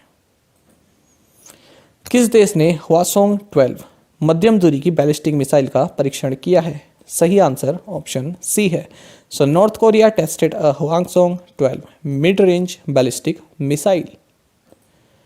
तो नॉर्थ कोरिया ने अनाउंस किया है कि हमने हवासोंग 12 नाम की एक मिड रेंज बैलिस्टिक मिसाइल को लॉन्च किया है और काफ़ी हाई लेवल की ये मिसाइल है। 2017 के बाद से इतनी पावरफुल मिसाइल इसने अब लॉन्च की है। बाकी आपको नॉर्थ कोरिया के बारे में जानना चाहिए कि कैपिटल प्योंगयांग है, सुप्रीम लीडर है यहाँ के किम जोंग उन और करेंसी है नॉर्थ कोरियन वॉन, और साउथ कोरिया की कैपिटल क्या है? सियोल। 2021 में किस कंपनी ने इंटेल को विश्व की शीर्ष सेमीकंडक्टर कंपनी के रूप में पीछे छोड़ दिया है? सही आंसर ऑप्शन सी है। So Samsung surpassed Intel as world's top semiconductor company in 2021। तो देखिए South Korean electronics manufacturing company है ये सैमसंग इलेक्ट्रॉनिक्स। तो इसने यूएस की जो चिप मेकर कंपनी है इंटेल, इसको पीछे छोड़ दिया है और अब सैमसंग इलेक्ट्रॉनिक्स बन गया है वर्ल्ड का लीडिंग चिप मेकर 2021 में। ये डेटा प्रोवाइड करा है एक रिसर्च फर्म जिसका नाम है counter point technology market research के द्वारा। वित्तीय वर्ष 2021 में भारत में पर्यावरण, सामाजिक और शासन यानी कि ESG फंड के प्रबंधन के तहत संपत्ति बढ़कर कितने मिलियन हो गई है? ऑप्शंस आपके सामने है। सही आंसर ऑप्शन सी है। Assets under management for environmental, social and governance ESG funds increase to $650 million in India in financial year 2021। यहाँ पर आपके लिए ESG की फुल फॉर्म जाननी काफ़ी महत्वपूर्ण रहेगी। ये आपके बैंक एग्जाम में भी पूछी जा चुकी है ESG की फुल फॉर्म। तो इन्वायरमेंटल, सोशल एंड गवर्नेंस इस तरह से पूछ लिया जाता है कि S का मतलब क्या है यहाँ पर। तो देखिए जानेंगे। तो देखिए नास्कॉम के अनुसार जो asset under management for environmental, social and governance funds है ये जो है 2.5 टाइम्स यानी कि 2.5 गुना बढ़ गया है और कितना हो गया है $650 मिलियन 2021 फाइनेंशियल ईयर की यदि हम बात करें। बाकी आपको जानना चाहिए जो नास्कॉम के प्रेसिडेंट है देवजनी घोष, इन्होंने एंटरप्राइज इनोवेशन चैलेंज इसको लॉन्च किया है और इस लॉन्च के दौरान डिजिटल इंडिया के CEO अभिषेक सिंह भी मौजूद रहे। तो ये लाइन ऐड करने का मकसद ये है कि आपको मालूम होना चाहिए जो डिजिटल इंडिया है इसके CEO कौन है, तो ये हैं अभिषेक सिंह। रुस्तम जी बायराम जी जिनका हाल ही में निधन हो गया, किस खेल के लिए जाने जाते थे? गोल्फ, हॉकी, फुटबॉल या फिर हॉर्स रेसिंग? सही आंसर ऑप्शन डी है। So Rustom ji Byram ji who passed away recently was known for playing horse racing. देखिए काफ़ी महत्वपूर्ण क्वेश्चन है, कई न्यूज़पेपर्स ने इसको काफ़ी हाईलाइटेड किया है, बड़े बड़े आर्टिकल्स लिखे हैं। तो देखिए ये लेजेंडरी रेस हॉर्स ट्रेनर रहे हैं राशिद रुस्तम जी बायराम जी और 88 साल की उम्र में इनका निधन हो गया है बेंगलुरु में। आपको बता दें कि ये ओनली प्रोफेशनल इकलौते ऐसे प्रोफेशनल प्लेयर रहे भारत की ओर से जिन्होंने 10 इंडियन डर्बीज इसको जीता है और 12 इंडियन टर्फ इनविटेशन कप्स इन्होंने जीते हैं। साथ ही इन्होंने इंडियन डर्बी में 2 बार हैट्रिक लगाई है और इंडियन टर्फ इनविटेशन कप में 3 बार इन्होंने हैट्रिक लगाई है। डर्बी क्या है? डर्बी एक टाइप का हॉर्स रेस होता है, ये आपको जानना चाहिए। आपके एग्जाम में पूछा जा सकता है कि डर्बी, उम्मीद करता हूँ कि इसी तरह बोलते हैं तो डरबाई ना बोलते हो, डर्बी बोलते हैं उसको। तो देखिए डर्बी जो है इसको ये एक हॉर्स रेस होती है। तो आपके SSC जैसे एग्जाम में पूछ लेते हैं कि ये किससे संबंधित है ये टर्म, तो ये हॉर्स रेस से संबंधित है। तो एक यहाँ पर इंग्लैंड में एक रेस कोर्स भी है एप्सम डाउन्स रेस कोर्स, ठीक है, ये भी आप याद रखेंगे। मेनली आपको याद रखना है डर्बी किससे संबंधित है? हॉर्स रेस से संबंधित है। व्हाई दे किल्ड गांधी नामक पुस्तक के लेखक कौन है? ऑप्शंस आपके सामने हैं और सही आंसर ऑप्शन डी है। So Ashok Kumar Pandey is the author of the book titled why they killed Gandhi. तो अशोक कुमार पांडे ने लिखी है व्हाई दे किल्ड गांधी पुस्तक। राष्ट्रीय सांख्यिकी कार्यालय के अनुसार भारतीय अर्थव्यवस्था 2020-21 में कितने प्रतिशत की गिरावट आई है? ऑप्शंस आपके सामने हैं और सही आंसर ऑप्शन बी है। तो Indian economy contracted by 6.6% in 2020-21 as per the National Statistical Office. देखिए जो इंडियन इकोनॉमी है ये 2020-21 में 6.6% से कॉन्ट्रैक्ट हुई है, ठीक है, कोविड-19 के आउटब्रेक के कारण। और ये जो पूरा डेटा है आपको नेशनल स्टैटिस्टिकल ऑफिस ने प्रोवाइड कराया है। इन्होंने कहा है जो रियल GDP है या फिर GDP एट कांस्टेंट प्राइस है 2020-21 के लिए ये 5-8 लाख करोड़ की रही और 2019-20 में यही 135.16 लाख करोड़ की थी। तो 6.6% का कॉन्ट्रैक्शन यहाँ पर देखा गया है, जबकि 2019-20 में 3.7% की ग्रोथ देखी गई थी। बाकी आपको जानना चाहिए जो 8 कोर सेक्टर इंडस्ट्रीज़ हैं ये 3.8% से बढ़ी हैं दिसंबर 2021 में। रक्षा खुफिया एजेंसी के नए प्रमुख के रूप में किसे नियुक्त किया गया है? ऑप्शंस आपके सामने हैं और सही आंसर ऑप्शन ए है। So GAV Reddy has been appointed as the new head of the Defence Intelligence Agency. जानेंगे इस न्यूज़ के बारे में। तो देखिए लेफ्टिनेंट जनरल GAV रेड्डी ये नए डायरेक्टर जनरल होंगे डिफेंस इंटेलिजेंस एजेंसी के और ये लेफ्टिनेंट जनरल KJS ढिल्लोन इनको सक्सीड करेंगे। आपको जानना चाहिए जो डिफेंस इंटेलिजेंस एजेंसी के डायरेक्टर जनरल की जो पोस्ट होती है, ये हमारी जो इंडियन आर्म्ड फोर्सेस हैं, जो तीनों इंडियन आर्म्ड फोर्सेस हैं, तो इन्हीं के बीच में रोटेट होती रहती है। और इसके फर्स्ट डायरेक्टर जनरल थे लेफ्टिनेंट जनरल कमल दवर। आपको जानना चाहिए डिफेंस इंटेलिजेंस एजेंसी जो इंडियन आर्म्ड फोर्सेस हैं, इनको मिलिट्री इंटेलिजेंस प्रोवाइड कराती है। इसकी स्थापना मार्च 2002 में हुई थी और ये मिनिस्ट्री ऑफ डिफेंस के अंडर कार्य करती है। किस बैंक ने पतंजलि के साथ मिलकर को branded contactless credit card launch किया है? ऑप्शंस आपके सामने हैं। सही आंसर ऑप्शन डी है। So Punjab national bank launched को branded contactless credit cards with Patanjali. जानेंगे इस न्यूज़ के बारे में।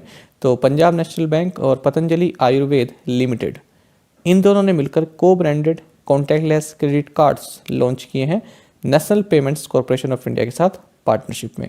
आपको जानना चाहिए दो तरह के ये क्रेडिट कार्ड्स लॉन्च किए हैं। एक तो है पीएनबी रुपे प्लेटिनम और दूसरा है पीएनबी रुपे सेलेक्ट। बाकी आपको पंजाब नेशनल बैंक के बारे में जानना चाहिए। MD and CEO Atul Kumar Goyal है। हाल ही में इन्होंने अपना ये जो है चार्ज संभाला है और हेडक्वार्टर्स न्यू दिल्ली में है और टैगलाइन है the name you can bank upon. राष्ट्रीय इलेक्ट्रॉनिक्स और सूचना प्रौद्योगिकी संस्थान के महानिदेशक के रूप में किसने पदभार ग्रहण किया? सही आंसर ऑप्शन डी है। So Madan Mohan Tripathi has assumed charge as director general of national institute of electronics and information technology. तो NIELIT, इसका नाम आप सभी ने सुना ही होगा, national institute of electronics and information technology. इसके डायरेक्टर जनरल हैं डॉक्टर मदन मोहन त्रिपाठी। आप सभी जानते हैं NIELIT ये ministry of electronics and information technology के तहत एक ऑटोनोमस बॉडी है। बद्रीनाथ श्रीनिवासन को किस कंपनी ने दक्षिण पूर्व एशिया के लिए प्रबंध निदेशक नियुक्त किया है? सही आंसर ऑप्शन बी है। So Wipro has appointed Badrinath Srinivasan as managing director for South East Asia. तो विप्रो ने बद्रीनाथ श्रीनिवासन यानी कि बद्री को मैनेजिंग डायरेक्टर बनाया है साउथ ईस्ट एशिया के लिए। बाकी आपको जानना चाहिए विप्रो के CEO थियरी डेलापोर्ट है, हेडक्वार्टर्स बेंगलुरु में है। तोरगिया महोत्सव किस राज्य में मनाया जाता है? सही आंसर ऑप्शन डी है। Torgya festival is celebrated in Arunachal Pradesh. Torgya या फिर तवांग तोरगिया ये एक एनुअल फेस्टिवल है मोंगपा कम्युनिटी का और इसको एक्सक्लूसिवली तवांग मोनेस्ट्री अरुणाचल प्रदेश में मनाया जाता है। इस फेस्टिवल का जो उद्देश्य होता है वो रहता है to ward off any kind of external aggression and to protect people from natural disaster. तो कोई भी एक्सटर्नल एग्रेशन है उससे वार्ड ऑफ करना और जो नेचुरल डिजास्टर है उससे पीपल को प्रोटेक्ट करना, ये इस फेस्टिवल का उद्देश्य रहता है। एक शब्द आप यहाँ पर देख रहे हैं वार्ड ऑफ। वार्ड ऑफ का मतलब होता है किसी चीज़ को दूर रखना या फिर होने से जो है उसको मतलब उसको होने ना देना। टू कीप समवन और समथिंग अवे और प्रिवेंट समथिंग फ्रॉम हैपनिंग और हार्मिंग यू। तो काफ़ी अच्छा शब्द है। तो यहाँ पर क्या लिखा है? The objective of the festival is to ward off any kind of external aggression, यानी किसी भी तरह का जो एक्सटर्नल एग्रेशन है उसको वार्ड ऑफ करना, यानी कि उसको दूर रखना, उसको ना होने देना। ICC spirit of cricket award 2021 किसने जीता है? ऑप्शंस आपके सामने हैं। सही आंसर ऑप्शन बी है। So Daryl Mitchell won the ICC spirit of cricket award 2021। तो देखिए ये खेल भावना के लिए दिया जाता है। किसने खेल भावना का परिचय दिया है क्रिकेट में? तो न्यूजीलैंड के बैट्समैन ने डेरिल मिशेल, इनको ये 2021 ICC spirit of cricket award दिया गया है। आपको बता दें T20 वर्ल्ड कप के सेमीफाइनल में जब इंग्लैंड के खिलाफ न्यूजीलैंड खेल रही थी तब जो बॉल आई वो इस तरह से आई कि ये बॉल के ये सामने आ गए और जो आदिल रशीद बॉलर हैं इंग्लैंड के, वो बॉल को कलेक्ट नहीं कर पाए क्योंकि उनके सामने आ गए थे ये डेरिल मिशेल। तो बॉल वो फिर आगे चली गई। तो सिंगल कोई बैट्समैन होगा तो वो सिंगल ले लेगा, लेकिन इन्होंने सिंगल लेने से मना कर दिया था, ठीक है, क्योंकि इन्होंने माना कि जो बॉल आई उसके रास्ते में खुद आ गए थे, इसलिए जो बॉलर है आदिल रशीद वो उसको पकड़ नहीं पाए, वरना ये सिंगल ना होता अगर वो पकड़ लेते। तो इसलिए इन्होंने जो है खेल भावना का यहाँ पर परिचय दिया और इन्होंने सिंगल नहीं लिया। आपको जानना चाहिए ये न्यूजीलैंड के 4th प्लेयर हैं जिन्हें ICC spirit of cricket award से सम्मानित किया गया है। इनसे पहले डेनियल विटोरी, ब्रेंडन मैकुलम और केन विलियमसन भी इस अवार्ड को जीत चुके हैं। एंटोनियो कोस्टो किस देश के प्रधानमंत्री के रूप में फिर से चुने गए हैं? सही आंसर ऑप्शन सी है। So Antonio Costa has been re elected as prime minister of Portugal. तो देखिए Portuguese prime minister Antonio Costa ये री इलेक्ट हो गए हैं और आपको जानना चाहिए इनकी पार्टी का नाम है सोशलिस्ट पार्टी। बाकी अगर हम पोर्चुगल या फिर पुर्तगाल की बात करें तो इसकी कैपिटल लिस्बन है, करेंसी है इसकी यूरो। अगर हम मैप में देखें तो देखिए ये यूरोप है और ये आप एक पेनिनसुला देख रहे हैं, इसमें 2 कंट्री आप देख पा रहे होंगे, पुर्तगाल और स्पेन। तो पुर्तगाल की लैंड बॉर्डर शेयर हो रही है केवल स्पेन के साथ यहाँ पर, और ये जो आप पूरा पेनिनसुला देख रहे हैं इसको बोलते हैं हम ये जो पूरा सर्कल वाला है पेनिनसुला इसको बोलते हैं हम इबेरियन पेनिनसुला। तो मेनली 2 कंट्रीज हैं यहाँ पर इस पेनिनसुला में, पुर्तगाल और स्पेन, इबेरियन पेनिनसुला। ट्रांसकॉर्प के साथ साझेदारी में किस फिनटेक कंपनी ने एनसीएमसी यानी कि नेशनल कॉमन मोबिलिटी कार्ड के साथ डेबिट कार्ड लॉन्च किया है? ऑप्शंस आपके सामने हैं, सही आंसर ऑप्शन सी है। So fintech company Pencilton launched debit card with NCMC in partnership with Transcorp. देखिए आपको जानना चाहिए पेंसिल्टन ये एक टीन फोकस्ड फिनटेक कंपनी है। टीन मतलब 13 से लेके 19, 13 से लेके 19 साल तक के जो युवा हैं उनके लिए, ठीक है। जो तो 13 से लेके 19 तक के जो होते हैं ना बच्चे, 13 ईन आ रहा है ना पीछे, तो उनको बोलते हैं टीन ग्रुप, 13 से 19, क्योंकि इनके पीछे ईन आ रहा है ना, 13, 14, 15, 19। तो पेंसिल्टन जो है इसने एक पेंसिल कार्ड नाम से एक डेबिट कार्ड लॉन्च किया है, ठीक है, जो टीन ग्रुप एज के बच्चे हैं उनके लिए। और ये जो है एनसीएमसी कंप्लाइंट है। एनसीएमसी की फुल फॉर्म भी आपको जानना चाहिए, बैंकिंग एग्जाम में पूछ लेते हैं, तो नेशनल कॉमन मोबिलिटी कार्ड। तो एक तरह का ये रुपए डेबिट कार्ड है और टीनेजर्स के लिए इसको डिज़ाइन किया गया है या इसको बनाया गया है और ट्रांसकॉर्प के साथ पार्टनरशिप में लॉन्च किया गया। किस कंपनी ने भारत में एक विनिर्माण इकाई स्थापित करने के लिए हाइड्रोजन प्रो एएस के साथ समझौता किया है? सही आंसर ऑप्शन ए है। So Larsen and Toubro has signed a pact with hydrogen pro AS to set up a manufacturing unit in India. देखिए तो लार्सन एंड टोब्रो इसने एक पैक्ट साइन किया है Norway based electrolyser technology and manufacturing company hydrogen pro as के through, जिसके तहत ये भारत में भी जो है हाइड्रोजन मैन्युफैक्चरिंग की एक जो इकाई है उसको स्थापित करेंगे, ग्रीन हाइड्रोजन की। कौन सी कंपनी यूनाइटेड किंगडम में नया वाहन डिजाइन और इंजीनियरिंग केंद्र स्थापित करेगा? सही आंसर ऑप्शन बी है। So Ola electric will set up new vehicle design and engineering centre in United kingdom.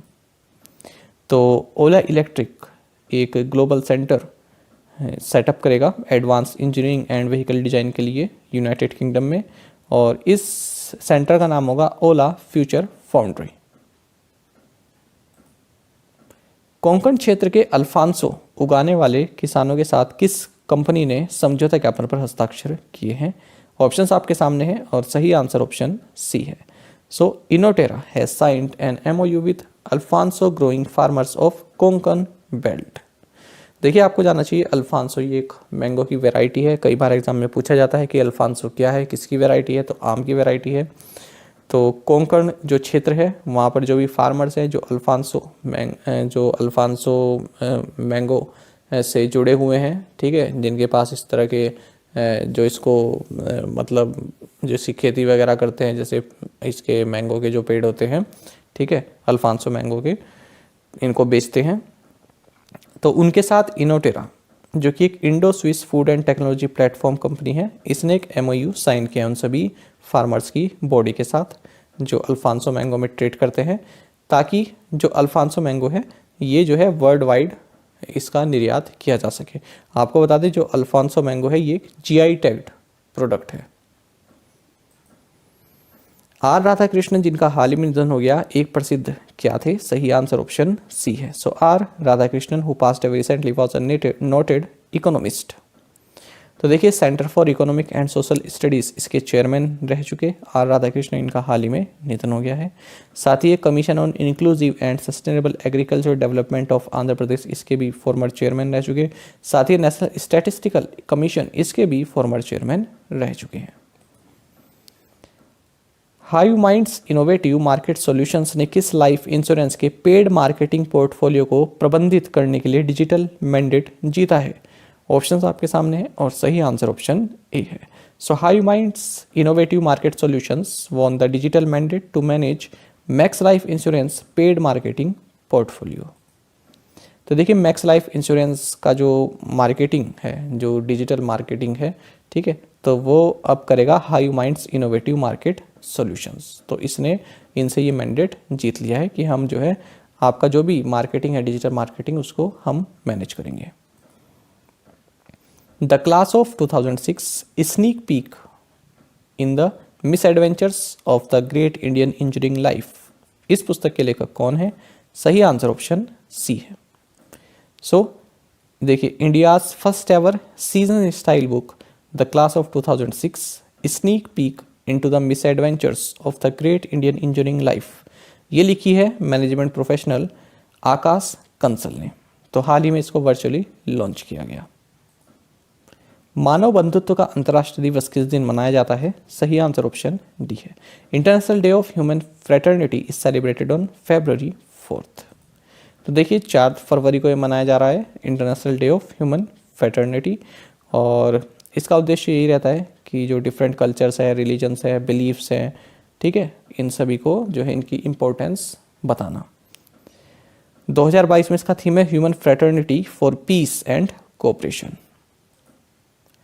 CRISIL के अनुसार फिस्कल ईयर 23 में भारत की अनुमानित जीडीपी वृद्धि दर क्या है? ऑप्शंस आपके सामने हैं। सही आंसर ऑप्शन बी है। So as per CRISIL, India's expected GDP growth rate in fiscal year 23 will be 7.8%। तो देखिए जो डोमेस्टिक रेटिंग एजेंसी है हमारी क्रिसिल, इसने कहा है कि फिस्कल ईयर 23 में भारत की जीडीपी ग्रोथ ये 7.8% रहेगी, और आपको बता दें इकोनॉमिक सर्वे में 8.5% बताई गई है, ठीक है, तो उससे कम इन्होंने बताई है क्रिसिल ने। बाकी आपको जानना चाहिए जो क्रिसिल है ये S&P ग्लोबल की सब्सिडरी है। S&P ग्लोबल एक अमेरिकन कंपनी है। और आपको जानना चाहिए क्रिसिल ये इंडिया की फर्स्ट क्रेडिट रेटिंग एजेंसी है जो 1987 में इनकॉर्पोरेट हुई, और इसने अपना कार्य शुरू किया 1 जनवरी 1988 से, 1988 से। और इसके जो MD एंड CEO ये अमीश मेहता है, हेडक्वार्टर्स मुंबई महाराष्ट्र में है। एक्सिम बैंक ने किस देश की सरकार को 500 मिलियन US$ की ऋण सहायता प्रदान की है? ऑप्शंस आपके सामने हैं और सही आंसर ऑप्शन डी है। So EXIM bank has extended a line of credit of 500 million US$ to the government of Sri Lanka. जानेंगे इस न्यूज़ के बारे में। देखिए एक्सिम बैंक यानी कि export import bank of India, तो इसने गवर्नमेंट ऑफ इंडिया के बिहाफ पे श्रीलंका गवर्नमेंट को 500 मिलियन US$ की लाइन ऑफ क्रेडिट जो है ऑफर की है। किस लिए? ताकि श्रीलंका पेट्रोलियम प्रोडक्ट्स को परचेज कर सके, क्योंकि पेट्रोलियम प्रोडक्ट्स यहाँ पर बिल्कुल भी नहीं है, और श्रीलंका गवर्नमेंट के पास पैसा भी नहीं है कि वो इस चीज़ को इंपोर्ट कर सके।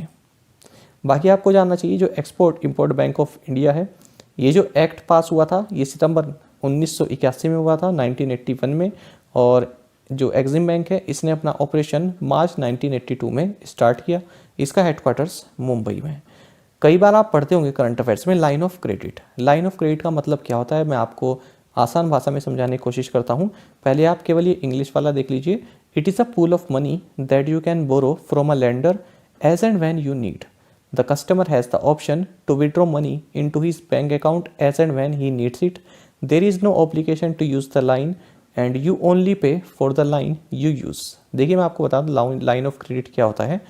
आपने जो है किसी व्यक्ति को कहा कि मैं तुमको 100 रुपीज़ की लाइन ऑफ क्रेडिट देता हूँ, तो उसका मतलब क्या हुआ, जिस व्यक्ति को आपने 100 रुपीज़ की लाइन ऑफ क्रेडिट दी है वो 100 रुपीज़ का जो है कभी भी उपयोग कर सकता है। हो सकता है वो 50 रुपये का ही उपयोग करे, हो सकता है वो 60 रुपये का ही उपयोग करे, किसी भी चीज़ के लिए वो उपयोग कर सकता है जब उसका मन हो। 1 साल में, 2 साल में आपने उसको ऑफर दे दिया है कि मैं आप तुम्हें 100 रुपीज़ दे रहा हूँ, तुम कभी भी इसको यूज़ कर लो, और उस पर आप इंटरेस्ट भी चार्ज करते हो। इंटरेस्ट भी लगता है। भारत ने जो पैसा दिया है, जो लाइन ऑफ क्रेडिट दी है, ये कोई ऐसे ही नहीं दिया है, कोई डोनेशन नहीं दी है, ये भारत इस पर इंटरेस्ट भी चार्ज करेगा। अब मान लीजिए जो 100 रुपये है, तो ऐसा नहीं है कि पूरे 100 रुपये पर ही इंटरेस्ट चार्ज किया जाएगा। जिस बंदे को आपने 100 रुपये का जो लाइन ऑफ क्रेडिट दिया था, यदि वो केवल 50 रुपये यूज़ कर रहा है ना, तो केवल उस 50 रुपये पर ही वो इंटरेस्ट आपको पे करेगा। तो इसको बोलते हैं लाइन ऑफ क्रेडिट। अब मान लीजिए $500 मिलियन की लाइन ऑफ क्रेडिट दी है श्रीलंका को भारत ने। हो सकता है कि श्रीलंका जो है केवल $300 मिलियन का ही पेट्रोलियम प्रोडक्ट्स जो है इंपोर्ट करना चाहे, तो केवल वो उसी अमाउंट पर इंटरेस्ट पे करेगा। हो सकता है वो बाकी का पैसा ना ले, है ना, लेकिन भारत ने उसको ऑफर किया हुआ है कि आप कभी भी जो बाकी के बचे हुए पैसे होंगे उनको आप निकाल सकते हैं। तो इसका मतलब होता है लाइन ऑफ क्रेडिट। हिंदी वाले हिंदी में भी पढ़ सकते हैं। चलिए आगे बढ़ते हैं। खिजड़िया पक्षी अभ्यारण्य गुजरात और बकीरा वन्यजीव अभ्यारण्य उत्तर प्रदेश को अंतर्राष्ट्रीय महत्व के आर्द्र भूमि के रूप में सूचीबद्ध किया गया है। इसके साथ अब भारत में रामसर स्थलों की कुल संख्या कितनी हो गई है? ऑप्शंस आपके सामने है और सही आंसर ऑप्शन डी है। The Khijadiya bird sanctuary Gujarat and Bakhira wildlife sanctuary Uttar Pradesh have been listed as wetlands of international importance. With this now the total number of Ramsar sites in India goes up to 49। हुआ ऐसा था कि ये news मैंने Indian express से direct copy paste किया, और जब आप एक द हिंदू, इंडियन एक्सप्रेस जैसे रेप्यूटेड न्यूज़पेपर को फॉलो करते हैं तो डायरेक्ट कॉपी पेस्ट करते हैं, तो ब्लाइंडली मैंने इनको फॉलो किया और इन्होंने ये गलत डेटा लिखा होता है। इन्होंने, आप देख सकते हैं, इन्होंने लिखा है with this the total number of Ramsar sites in India goes up to 48, जबकि मैंने 1 हफ्ते पहले ही रामसर साइट पर पूरा लेक्चर बनाया था। पर जब मेरे सामने इंडियन एक्सप्रेस आ गया तो मेरा भी माइंड जो है काम करना उस वक्त बंद कर गया, और मैंने भी डायरेक्ट इसको कॉपी पेस्ट एक्सप्लेनेशन में कर दिया। तो इसलिए वो गड़बड़ हो गई थी। फिर मैंने उस क्वेश्चन को हटा दिया था वीडियो में से, इसलिए मैंने आपके लिए दोबारा से लाया है, क्योंकि देखिए गलत इन्फॉर्मेशन पास नहीं होनी चाहिए, इसलिए मैं आपके लिए फिर से लेकर आया हूँ। तो यहाँ से इस वजह से गलती हुई कि ये जो इंडियन एक्सप्रेस में लिखा था मैंने डायरेक्ट कॉपी पेस्ट किया, तो मुझको भी बाद में पता चला कि यहाँ पर 48 लिखा है। हालांकि मैंने खुद भी 48 बोला था, लेकिन वो फ्लो में निकल जाता है, जैसा लिखा हो उसको पढ़ देते हैं। खैर चलिए अब ये देखते हैं। मैंने नाम आपको बता दिए, खिजड़िया बर्ड सेंचुरी ये जामनगर गुजरात में है, और बकीरा वाइल्ड लाइफ सेंचुरी ये उत्तर प्रदेश में है। इन दोनों को ही वेटलैंड्स ऑफ इंटरनेशनल इंपॉर्टेंस यानी कि रामसर साइट का दर्जा दिया गया है। इसी के साथ भारत में 49 रामसर साइट्स हो गई हैं। आपको जानना चाहिए जो खिजड़िया है ये सेंट्रल एशियन फ्लाईवे का पार्ट है, और ये गुजरात का 4th वेटलैंड है जिसको रामसर टैग दिया गया है। इससे पहले नल सरोवर बर्ड सेंचुरी, थोल वाइल्ड लाइफ सेंचुरी और वधवना वेटलैंड, इन तीनों को भी ये गुजरात में है रामसर साइट का दर्जा दिया जा चुका है। बाकी आपको जानना चाहिए जो बकीरा वाइल्ड लाइफ सेंचुरी है ये संत कबीर नगर डिस्ट्रिक्ट में आती है। राष्ट्रीय भूमि मुद्रीकरण निगम NLMC की प्रारंभिक अधिकृत शेयर पूंजी क्या होगी? ऑप्शंस आपके सामने है। सही आंसर ऑप्शन डी है। So 500 crore rupees will be the initial authorised share capital of National Land Monetisation Corporation NLMC। जानेंगे इसके बारे में। देखिए ध्यान से सुनिएगा, मैं आपको काफ़ी इंपॉर्टेंट यहाँ पर 2-3 टर्म बताने वाला हूँ। देखिए Government of India National Land Monetisation Corporation इसको सेटअप कर रही है, और पूरी तरह से 100% गवर्नमेंट ऑफ इंडिया एंटिटी ये रहने वाली है, और इसकी ऑथराइज्ड शेयर कैपिटल 5000 करोड़ की रहेगी, और जो सब्सक्राइब्ड शेयर कैपिटल है ये 150 करोड़ रुपीस की है। इसका मकसद क्या है? To carry out the monetisation of the land and other non core assets. देखिए कुछ इस तरह की भूमि होती है, जैसे मान लीजिए रेलवे है, रेलवे की कई सारी ज़मीन ऐसी पड़ी रहती है जो किसी काम की नहीं आ रही है, तो उसको लीज पर दिया जा सकता है किसी कंपनी को कि आप अपना यहाँ पर चाहे फैक्ट्री सेटअप कर लीजिए। उसको बेचा नहीं जा रहा है, उसको लीज पर दिया जा सकता है कि आप इसको जो है इतने सालों के लिए लीज पर ले लीजिए, पैसा हमको दीजिए और आप इस लैंड को यूज़ कीजिए। तो इस तरह के जो गवर्नमेंट जो बेकार कोई या फिर खाली कोई ऐसा एसेट पड़ा है, ठीक है, उसको लीज पर दे देती है, उसको मोनेटाइज कर देती है। तो इस तरह का एक कॉरपोरेशन बना रही है। अब देखिए मैं आपको बताना चाहूँगा, एक तो होता है ये ऑथोराइज्ड शेयर कैपिटल, एक होता है पेड अप कैपिटल, और एक है सब्सक्राइब्ड शेयर कैपिटल। तो तीनों में क्या अंतर है? ध्यान से सुनना। इंटरव्यू वगैरह में भी आपसे पूछा जा सकता है और इस तरह की टर्म आपको जाननी भी चाहिए। सबसे पहले हम बात करेंगे ऑथराइज्ड शेयर कैपिटल की। देखिए यहाँ पर देखेंगे it is a maximum amount of share a company can issue, अभी इतना याद रखिए। दूसरा है paid up capital, it is the actual amount of shares that the company has issued to its shareholders. अब देखिए मान लीजिए आपके पास आपकी कंपनी है, आप जो है मैक्सिमम अधिकतम 100 रुपये तक के शेयर जो है ऑफर कर सकते हैं। मैक्सिमम 100 रुपये तक के ऑफर आप शेयर कर सकते हैं, वो हुई आपकी ऑथराइज्ड कैपिटल। यानी कि मैक्सिमम आप कितने रुपए के शेयर ऑफर कर सकते हैं अपनी कंपनी के, वो होता है आपका ऑथराइज्ड शेयर। आई होप समझ गए। पेड अप कैपिटल क्या है? पेड अप कैपिटल देखिए it is the actual amount of shares that the company has issued to its shareholders. देखिए आपकी कंपनी है, आप अपनी कंपनी के मैक्सिमम 100 रुपये तक के शेयर जो है ऑफर कर सकते हैं, ठीक है। और अब अभी फिलहाल आपने 40 रुपये तक के शेयर जो है आप ऑफर कर चुके हैं, ठीक है। मतलब शेयर होल्डर्स के पास जो है 40 रुपये तक के जो है शेयर जा चुके हैं। हो सकता है एक शेयर जो 10 रुपये का शेयर हो, ठीक है, 4 लोगों के पास हो तो 4 शेयर जा चुके हैं 40 रुपये तक के टोटल, ठीक है। हर एक शेयर यदि 10 रुपये का है, ठीक है, और टोटल कितने हैं 10 शेयर हैं आपके पास, तो मैक्सिमम शेयर कितने इशू कर सकते हैं आप? 100 रुपये तक के मैक्सिमम शेयर आप इशू कर सकते हैं, जिनमें से कि 40 आप शेयर कर चुके हैं। तो 100 क्या हुआ? Authorised share capital. और जो 40 आप शेयर जो इशू कर चुके हैं वो क्या हुआ आपका? Paid up capital. और यह है subscribed share capital. Subscribed share capital क्या होता है? वो शेयर जो सब्सक्राइब हो चुके हैं, यानी कि जो इन्वेस्टर हैं वो प्रॉमिस कर चुके हैं कि इन वाले शेयर को हम सब्सक्राइब करेंगे, इन वाले शेयर्स को हम खरीदेंगे, उसको बोलते हैं सब्सक्राइब्ड शेयर कैपिटल। तो आई होप इन तीनों टर्म में आपको अंतर समझ में आ गया होगा। तो इसकी जो ऑथराइज शेयर कैपिटल है 5000 करोड़ की है, यानी कि मैक्सिमम 5000 करोड़ रुपए तक के शेयर ये इशू कर सकता है। और सब्सक्राइब्ड शेयर कैपिटल है 150 करोड़ रुपीस तक की। तो इस चीज़ को आप याद रखेंगे। विश्वविद्यालय अनुदान आयोग यूजीसी के नए अध्यक्ष के रूप में किसे नियुक्त किया गया है? ऑप्शंस आपके सामने हैं और सही आंसर ऑप्शन सी है। So M Jagadesh Kumar has been appointed as the new chairperson of the university grants commission. जानेंगे इस न्यूज़ के बारे में। तो देखिए जवाहरलाल नेहरू यूनिवर्सिटी के वाइस चांसलर हैं मामिडाला जगदेश कुमार। तो ये अब यूनिवर्सिटी ग्रांट्स कमीशन यूजीसी आप जानते हैं, इसके नए चेयरपर्सन बनाए गए हैं अगले 5 साल के लिए। आपको जानना चाहिए जो यूजीसी के चेयरमैन हैं इसकी जो पोस्ट है ये खाली थी 7 दिसंबर से ही, क्योंकि प्रोफेसर डीपी सिंह जो इसके तब चेयरमैन थे उन्होंने रिज़ाइन दे दिया था, क्योंकि 65 साल के वो हो गए थे। आपको जानना चाहिए जो यूनिवर्सिटी ग्रांट्स कमीशन है ये 28 दिसंबर 1953 28 दिसंबर 1953 को जो है बनी थी। ये एक स्टैट्यूटरी ऑर्गेनाइजेशन है। पलानीस्वामी सुब्रमण्यम कार्तिकेयन को किस देश में भारत के अगले उच्चायुक्त के रूप में नियुक्त किया गया है? ऑप्शंस आपके सामने हैं और सही आंसर ऑप्शन ए है। So Palaniswami Subramanyam Karthikeyan has been appointed as the next high commissioner of India to Tonga. तो देखिए टोंगा किंगडम ऑफ टोंगा में ये अगले भारत के हाई कमिश्नर बनाए गए हैं, नाम है पलानीस्वामी सुब्रमण्यम कार्तिकेयन। बाकी आपको जानना चाहिए जो टोंगा इसकी कैपिटल नुकुआलोफा है, करेंसी यहाँ की टोंगन पोंगा। आरबीआई ने इंडिपेंडेंस कोऑपरेटिव बैंक का लाइसेंस रद्द कर दिया है। यह बैंक कहाँ स्थित है, यानी कि इसका हेडक्वार्टर्स कहाँ पर है? ऑप्शंस आपके सामने है, सही आंसर ऑप्शन ए है। The RBI has cancelled the licence of Independence Cooperative Bank. The bank is headquartered in Nashik. तो नासिक महाराष्ट्र में इसका हेडक्वार्टर्स है या फिर ये बेस्ड है।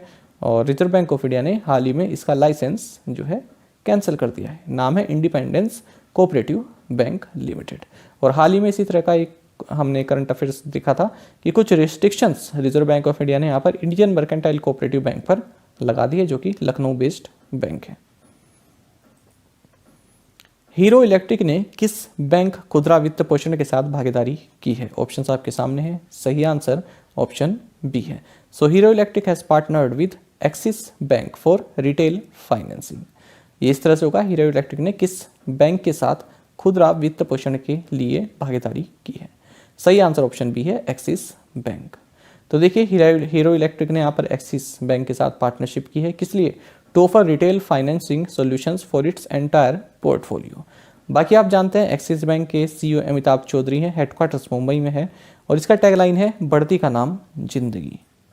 हाल ही में हमने एक्सिस बैंक से संबंधित एक महत्वपूर्ण करंट अफेयर ये देखा था कि एक्सिस बैंक ने मिकांशु पे इसके साथ टाई अप किया है। किस लिए? For smoother biometric based net banking payments. Biometric based net banking payments के लिए इसने एक टाई अप किया है मिकांशु पे के साथ। लैंडिंग गार्ड ने कम लागत वाले MSMEs ऋणों को वितरित करने के लिए किस बैंक के साथ भागीदारी की है? ऑप्शंस आपके सामने हैं। सही आंसर ऑप्शन सी है।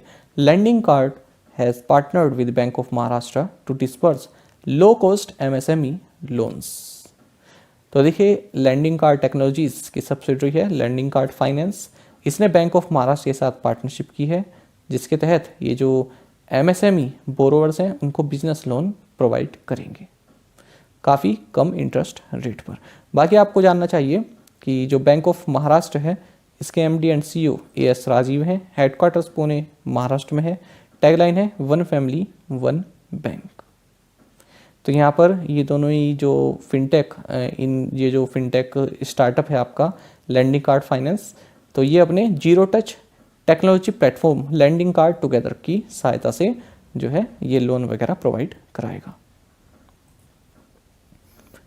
इक्विरस वेल्थ के सहयोग से किस बैंक ने अपने ग्राहकों के लिए विशेष रूप से $US ऑफशोर फंड लॉन्च किया है? सही आंसर ऑप्शन सी है। So federal bank in association with Equirus wealth has launched a $US offshore fund exclusively for their customers. तो फेडरल बैंक ने यहाँ पर इक्विरस वेल्थ के साथ मिलकर $US ऑफशोर फंड जो है लॉन्च किया है अपने कस्टमर्स के लिए। बाकी आपको जानना चाहिए फेडरल बैंक के MD and CEO Shyam Srinivasan हैं, हेडक्वार्टर्स अलवा केरल में है और टैगलाइन है योर परफेक्ट बैंकिंग पार्टनर। हाल ही में हमने पढ़ा था कि फेडरल बैंक और स्टार हेल्थ इंश्योरेंस इन दोनों ने ही बैंक एश्योरेंस पैक्ट साइन किया है।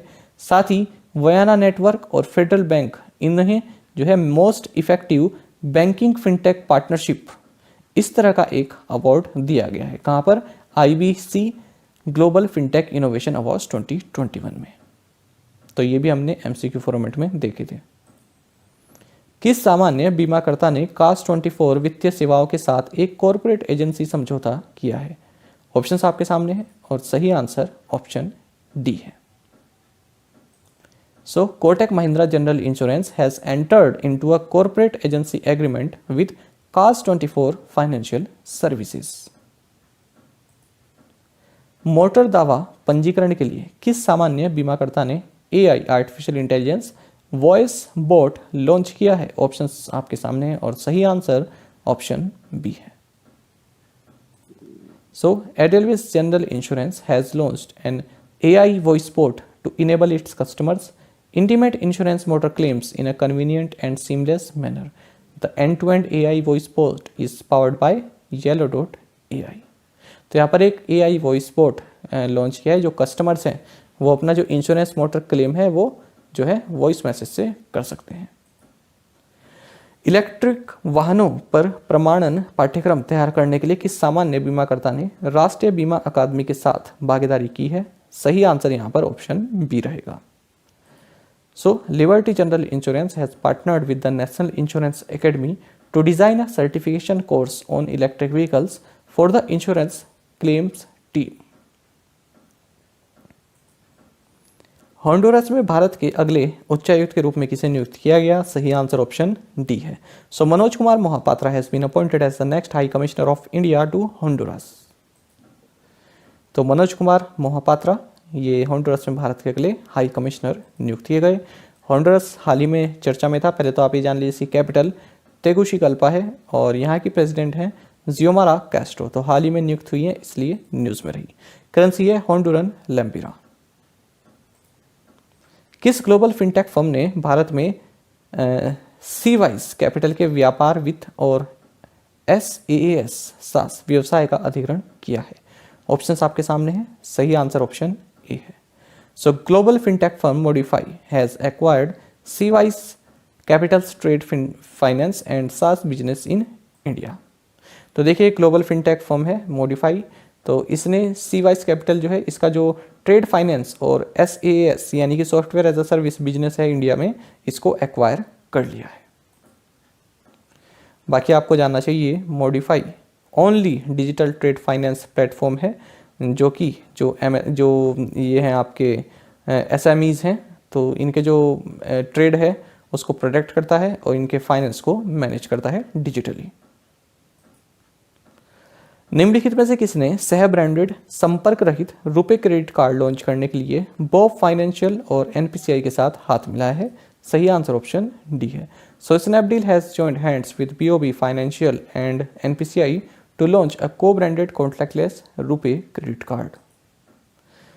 तो स्नैपडील ने यहाँ पर BOB फाइनेंशियल और NPCI के साथ मिलकर जो है को-ब्रांडेड contactless RuPay credit card launch किया है। बाकी आप जानते हैं स्नैपडील के CEO कुणाल बहल हैं, हेडक्वार्टर्स न्यू दिल्ली में स्थित है। अमिताभ दयाल जिनका हाल ही में निधन हो गया, ये किस पेशे से संबंधित थे? तो सही आंसर ऑप्शन ए है। So famous actor Amitabh Dayal has passed away recently. तो ये एक्टर भी थे, फिल्म मेकर थे, यानी कि कंटेंट क्रिएटर भी रहे। इनका हाल ही में 51 वर्ष की आयु में निधन हो गया है। तो कई सारी फिल्म में इन्होंने काम किया, जैसे कगार हो गया और रंगदारी हो गया, धुआं हो गया और विरुद्ध हो गया, इस तरह की मूवीज़ में इन्होंने काम किया। अंतरिक्ष विभाग ने इस साल कितने मिशन की योजना बनाई है? ऑप्शंस आपके सामने हैं। तो ऑप्शन सी है, the department of space has planned 19 missions this year.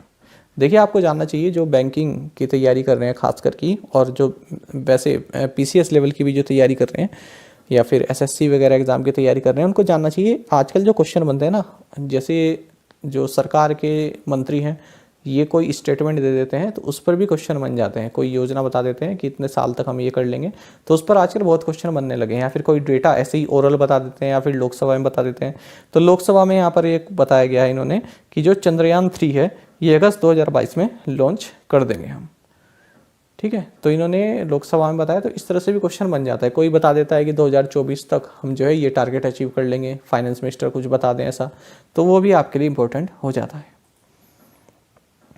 देखिए, जनवरी से दिसंबर 2022 पूरे साल इसरो ने प्लान किया है कि 19 मिशंस ये लॉन्च करेगा, जिसमें कि 8 लॉन्च व्हीकल मिशंस हैं, 7 स्पेसक्राफ्ट मिशंस हैं और 4 टेक्नोलॉजी डेमोन्स्ट्रेटर मिशंस हैं। चंद्रयान 3 जो कि मून पर भारत का एक मिशन है, इसका नेक्स्ट फेज़ है, ये अगस्त 2022 में जो है शेड्यूल्ड है। आपको जानना चाहिए, आप जानते हैं कि इससे पहले चंद्रयान 2 के तहत जो विक्रम लैंडर है उसकी सॉफ्ट लैंडिंग फेल हो गई थी, लेकिन फ़िलहाल जो चंद्रयान 2 है ये अभी भी जो है मून के इर्द गिर्द जो है अभी भी जो है लाइव है। और इसी की वजह से अब इसरो ने जो है चंद्रयान 3 इस प्रोजेक्ट को जो है टेकअप किया है। तो अब इसको अगस्त में ये लॉन्च करेंगे। आपको बता दें इसमें थोड़ा मॉडिफिकेशन भी किया गया है। जो चंद्रयान 2 है उसमें 5 इंजन थे, लेकिन इस बार जो ये चंद्रयान 3 है इसमें 1 इंजन को ड्रॉप कर दिया गया है और इसमें केवल अब 4 ही इंजन हैं। बाकी आपको जानना चाहिए, इसका मकसद यही है कि जो लूनर सरफेस है, जो मून की जो डार्क साइड है, जहाँ पर कई बिलियन ईयर्स से जो है सनलाइट नहीं पड़ी है, तो उसको जो है एक्सप्लोर करना है। उसका सरफेस काफ़ी आइसी है और वहाँ पर वास्ट मिनरल रिजर्व्स भी पाए जा सकते हैं, ऐसा माना जाता है। विश्व कैंसर दिवस किस दिन मनाया जाता है? सही आंसर ऑप्शन डी है। So world cancer day is observed on February 4। तो 4 फरवरी को वर्ल्ड कैंसर डे मनाया जाता है और इस बार 2022 में इसका थीम रहा है close the care gap. Lata Mangeshkar को भारत रत्न से किस वर्ष सम्मानित किया गया था? ऑप्शंस आपके सामने हैं और सही आंसर ऑप्शन बी है। So Lata Mangeshkar was awarded the Bharat Ratna in 2001। तो देखिए, लता मंगेशकर जिनका नाम हेमा मंगेशकर था, जो बचपन में इनका नाम रहा, और 28 सितंबर 1929 28 सितंबर 1929 को इनका जन्म हुआ था। आप सभी जानते हैं इंडियन प्लेबैक सिंगर और म्यूज़िक कंपोज़र ये रही हैं और इनका कंट्रीब्यूशन म्यूज़िक में इतना रहा है कि इनको night angel of India, voice of the millennium and queen of melody के नाम से भी जाना जाता है। कुछ अवार्ड्स देख लेते हैं जो टॉप लेवल के अवार्ड्स हैं जो सभी इनको मिले हुए हैं। पद्म भूषण 1969 में, दादा साहेब फाल्के पुरस्कार 1989, महाराष्ट्र भूषण 1997, पद्म विभूषण 1999, भारत रत्न 2001 में इनको मिला था और MS सुब्बलक्ष्मी के बाद ये इकलौती सेकंड फीमेल सिंगर हैं जिन्हें भारत रत्न से सम्मानित किया गया। साथ ही जो फ्रांस का हाईएस्ट सिविलियन ऑर्डर है, National Order of the Legion of Honour, ये इनको 2006 में दिया गया था। साथ ही आपको जानना चाहिए 1974 में ये फर्स्ट इंडियन बनी जिन्होंने रॉयल एल्बर्ट हॉल लंदन में परफॉर्मेंस दी थी। आपको जानना चाहिए 1984 में मध्य प्रदेश सरकार ने लता मंगेशकर अवार्ड इनके सम्मान में लॉन्च किया था और इसी तरह का एक सम्मान जो महाराष्ट्र गवर्नमेंट है इसने भी लॉन्च किया था 1992 में। इनका जन्म इनमें हुआ था जो इंदौर स्टेट में आता था, अब मध्य प्रदेश में आप सभी जानते हैं। आपको जानना चाहिए इनका जो कैरियर है काफ़ी कलरफुल रहा, काफ़ी अच्छा कैरियर इनका रहा, काफ़ी ऊंचाइयाँ इन्होंने प्राप्त की और 36 लैंग्वेजेस में इन्होंने सॉन्ग्स रिकॉर्ड किए हैं। और आपको जानना चाहिए कोविड-19 की चपेट में आ गई थी और उसके बाद 6 फरवरी 2022 को 92 वर्ष की आयु में 92 की एज में इनका निधन हो गया है। 26 जनवरी 2022 को गणतंत्र दिवस परेड में भाग लेने वाले 12 राज्यों केंद्र शासित प्रदेशों में से किस राज्य की झांकी को सर्वश्रेष्ठ झांकी के रूप में चुना गया है? ऑप्शंस आपके सामने हैं और सही आंसर ऑप्शन डी है। The tableau of Uttar Pradesh has been selected as the best tableau among the 12 states और UTs which participated in the Republic Day parade on January 26, 2022। देखिए पहले तो आप ये जान लीजिए कि रिपब्लिक डे परेड में कितने राज्य या जो यूनियन टेरिटरी हैं, केंद्र शासित प्रदेश हैं, इनके जो टैब्लो है जिनकी झांकियां हैं, कितने राज्यों की झांकियों ने पार्टिसिपेट किया? आंसर होगा 12। तो इनमें उत्तर प्रदेश की जो झांकी है वो टॉप पर रही है, पहला स्थान इसको दिया गया है और इसका थीम रहा वन डिस्ट्रिक्ट वन प्रोडक्ट और काशी विश्वनाथ धाम। दूसरा स्थान मिला है कर्नाटक की झांकी को, इसका थीम रहा क्रेडल ऑफ ट्रेडिशनल हैंडीक्राफ्ट्स। तीसरी पोजीशन पर रहा मेघालय जिसका टैब्लो रहा मेघालयस 50 years of statehood and its tribute to women-led cooperative societies and SHGs self help groups. बाकी आपको जानना चाहिए यदि हम सेंट्रल मिनिस्ट्रीज और डिपार्टमेंट्स कैटेगरी की बात करें तो इसमें मिनिस्ट्री ऑफ एजुकेशन और मिनिस्ट्री ऑफ सिविल एविएशन इन दोनों को ही जॉइंट विनर डिक्लेयर किया गया है। आपको जानना चाहिए जो ministry of education and ministry of skill development entrepreneurship है, इसका जो थीम रहा ये नेशनल एजुकेशन पॉलिसी रहा और जो मिनिस्ट्री ऑफ सिविल एविएशन है इसका थीम रहा उड़े देश का आम नागरिक। आपको जानना चाहिए 9 सेंट्रल मिनिस्ट्रीज और डिपार्टमेंट्स की झांकियाँ इस परेड में शामिल थी। अब यदि हम बात करें best marching contingent among the 3 services, जो तीनों सर्विसेज है हमारी, इंडियन आर्मी, इंडियन एयरफोर्स और इंडियन नेवी, इनमें सबसे अच्छी जो कॉन्टिजेंट रहा ये रहा इंडियन नेवी मार्चिंग कॉन्टिजेंट। बाकी आपको जानना चाहिए यदि हम CAPF और अदर ऑक्सिलरी फोर्सेस की बात करें तो इसमें बेस्ट रहा सेंट्रल इंडस्ट्रियल सिक्योरिटी फोर्स यानी कि CISF। बात करें यदि हम स्पेशल प्राइस कैटेगरी की तो यहाँ पर ministry of housing and urban affairs जिसका थीम सुभाष एट 125 और साथ ही वंदे भारतम डांस ग्रुप, इन दोनों को ही स्पेशल प्राइस कैटेगरी अवार्ड दिया गया है। अब बात करते हैं पॉपुलर चॉइस अवार्ड्स की। देखिए पॉपुलर चॉइस अवार्ड्स क्या है, ये तो देखिए जो कमेटी होती है सेंट्रल गवर्नमेंट की वो चूज़ करती है। अब दूसरा आता है पॉपुलर चॉइस अवार्ड। तो इस बार क्या था, जो जनरल पब्लिक है वो भी वोट कर सकती थी, उसको क्या अच्छा लगा, उसको कौन सी झांकी अच्छी लगी, तो उसके हिसाब से भी यहाँ पर रैंकिंग दी गई है। तो MyGov प्लेटफॉर्म पर जाकर इसमें अपने वोट्स देने थे और उस हिसाब से भी देख लेते हैं। तो देखिए पॉपुलर चॉइस की यदि हम बात करें तो इंडियन एयरफोर्स को यहाँ पर बेस्ट मार्चिंग कंटिजेंट बताया गया है और जो CRPF है, सेंट्रल रिजर्व पुलिस फोर्स है, इनको जो है यहाँ पर बेस्ट बताया गया है। और महाराष्ट्र का जो टैब्लो रहा, जो इनकी झांकी रही, उसको बेस्ट बताया गया है जिसका थीम रहा biodiversity and state bio symbols of Maharashtra. बाकी अगर हम बात करें सेंट्रल मिनिस्ट्रीज और डिपार्टमेंट्स की, यहाँ पर ministry of communication, department of post, इनका जो झांकी रहा वो टॉप बताया गया है। इसका थीम रहा India post 75 years at resolve women empowerment. जनवरी में भारत की बेरोजगारी दर कितने प्रतिशत दर्ज की गई है? सही आंसर ऑप्शन सी है। So India's employment rate was reported 6.57% इन जनवरी 2022। देखिए, centre for monitoring Indian economy यानी CMIE, तो इसने एक डेटा पेश किया है जिसमें कहा है कि इंडिया का जो एम्प्लॉयमेंट रेट है, जो बेरोजगारी दर है, उसमें शार्प डिक्लाइन देखने के लिए मिला है जनवरी के महीने में, और 6.57% अनएम्प्लॉयमेंट रहा है, जो कि मार्च 2021 से लोएस्ट है, उसके बाद से लोएस्ट है। और सबसे लोएस्ट अनएम्प्लॉयमेंट रेट है तेलंगाना में, केवल 0.7% अगर हम जनवरी की बात करें। उसके बाद फिर गुजरात है, फिर मेघालय और फिर उड़ीसा है। और यदि हम हाईएस्ट एम्प्लॉयमेंट रेट की बात करें, सबसे ज़्यादा बेरोजगारी दर, वो है हरियाणा में 23.4%, और उसके बाद है राजस्थान में 18.9%। बाकी आपको जानना चाहिए CMIE, इसने ये कहा है कि दिसंबर 2021 तक भारत में जो नंबर ऑफ अनएम्प्लॉयड पीपल हैं, जो बेरोजगार लोग हैं, इनकी संख्या 53 मिलियन है, जिनमें कि वेमेन काफ़ी ज़्यादा हैं। उस IAS प्रमुख का नाम बताइए जिसने हाल ही में अमेरिकी छापे के बीच खुद को उड़ा लिया। ऑप्शंस आपके सामने हैं, सही आंसर ऑप्शन डी है। So IAS chief Abu Ibrahim al Hashimi al Qurayshi blew himself up recently amid US raid. देखिए, आपको जानना चाहिए, हाल ही में यूनाइटेड स्टेट्स के जो फोर्सेस हैं, इन्होंने एक रेड करी सीरिया में, और यहाँ पर जो इस्लामिक स्टेट का जो लीडर है, जो इसका चीफ रहा, Abu Ibrahim al Hashimi al Qureshi, इसने खुद को उड़ा लिया। उपभोक्ता को टर्म और निवेश उत्पादों की एक विस्तृत श्रृंखला पेशकश करने के लिए किस बीमाकर्ता ने policybazaar.com के साथ हाथ मिलाया है? ऑप्शंस आपके सामने हैं, सही आंसर ऑप्शन ए है। So life insurance corporation has joint hands with policybazaar.com to offer a wide range of term and investment products to consumers। जानेंगे इस क्वेश्चन के बारे में। देखिए, IPO होने वाला है, IPO बाउंड मतलब, या IPO होने वाला है लाइफ इंश्योरेंस कॉर्पोरेशन का, आप सभी जानते हैं।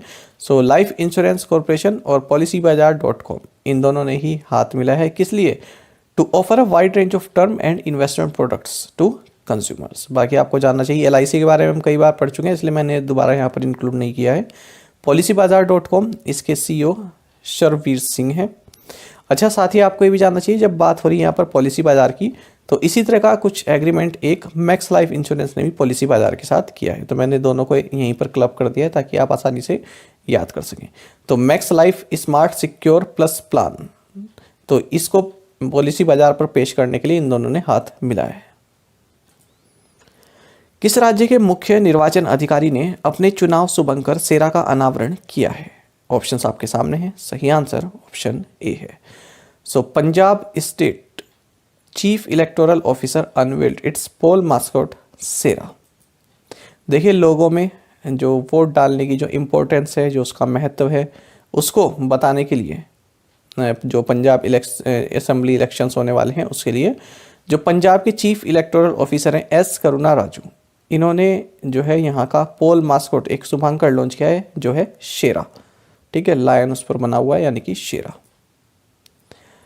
उन नाटो प्रमुख का नाम बताइए जो वर्ष के अंत में नॉर्वे के केंद्रीय बैंक के गवर्नर के रूप में कार्यभार संभालेंगे। ऑप्शंस आपके सामने हैं और सही आंसर ऑप्शन बी है। ये थोड़ा क्वेश्चन ना इसमें थोड़ा सा गड़बड़ हो गया है, आप इसको इस तरह से रीड कीजिएगा फ्रेंड्स। जो नेटो के जो चीफ है स्टोल्टनबर्ग, वो किस देश के सेंट्रल बैंक गवर्नर के रूप में कार्यभार संभालेंगे इस साल के अंत में? PDF में मैं इसको आपको सही कर दूंगा। बाकी मैं आपको बता रहा हूँ क्वेश्चन, मैं उस जैसे मैंने आपको भी बोल के बताया ना, वो क्वेश्चन मैं बनाना चाह रहा था, उस हिसाब से मैंने ऑप्शन यहाँ पर सेट कर दिए। ठीक है, फिर क्वेश्चन शायद मैंने ऐसे बना दिया, ऑप्शन मैं चेंज नहीं कर पाया, तो इसके लिए माफ़ी चाहूँगा मैं। आप क्वेश्चन इस तरह से पढ़िएगा, जो नेटो के जो चीफ हैं स्टोल्टनबर्ग, तो वो इस साल के अंत में किस देश के सेंट्रल बैंक गवर्नर के रूप में टेक ओवर करेंगे, कार्यभार संभालेंगे? तो उस हिसाब से हमारा आंसर होगा ऑप्शन बी, नॉर्वे। ठीक है। या फिर अगर आप इस तरह से पढ़े तो इस तरह से पढ़ सकते हैं, 3 नाम आप अपने आप से कुछ इमेजिन करके, 4th नाम जो है सही आंसर हमारा ये होगा, स्टोल्टनबर्ग। PDF में इसको सही कर दूंगा, बाकी मैंने आपको बता दिया है, ठीक है। चलिए देखते हैं इस क्वेश्चन को। तो नेटो के जो चीफ है जेंस स्टोल्टनबर्ग, ये नॉर्वे के सेंट्रल बैंक गवर्नर के रूप में कार्यभार संभालेंगे इस साल के अंत में। आपको जानना चाहिए जो नॉर्वे का सेंट्रल बैंक है इसका नाम है नॉर्गेस बैंक।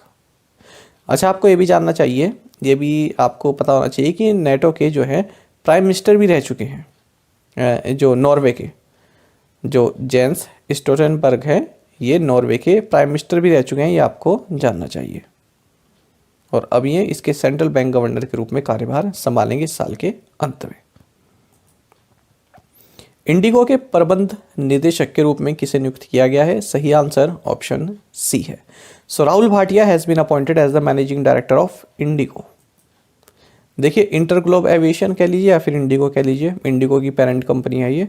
तो इन्होंने जो इंडिगो के को फाउंडर है राहुल भाटिया, इनको इंडिगो का मैनेजिंग डायरेक्टर नियुक्त किया है तत्काल प्रभाव से। बाकी इंडिगो के बारे में आपको जानना चाहिए, साल 2005 में इसकी स्थापना हुई थी। हेडक्वार्टर्स इसका गुरुग्राम हरियाणा में है। किस संस्थान ने हाल ही में भारत के सबसे शक्तिशाली सुपर कंप्यूटरों में से एक परम प्रवेगा को स्थापित किया है? ऑप्शंस आपके सामने हैं, सही आंसर ऑप्शन डी है।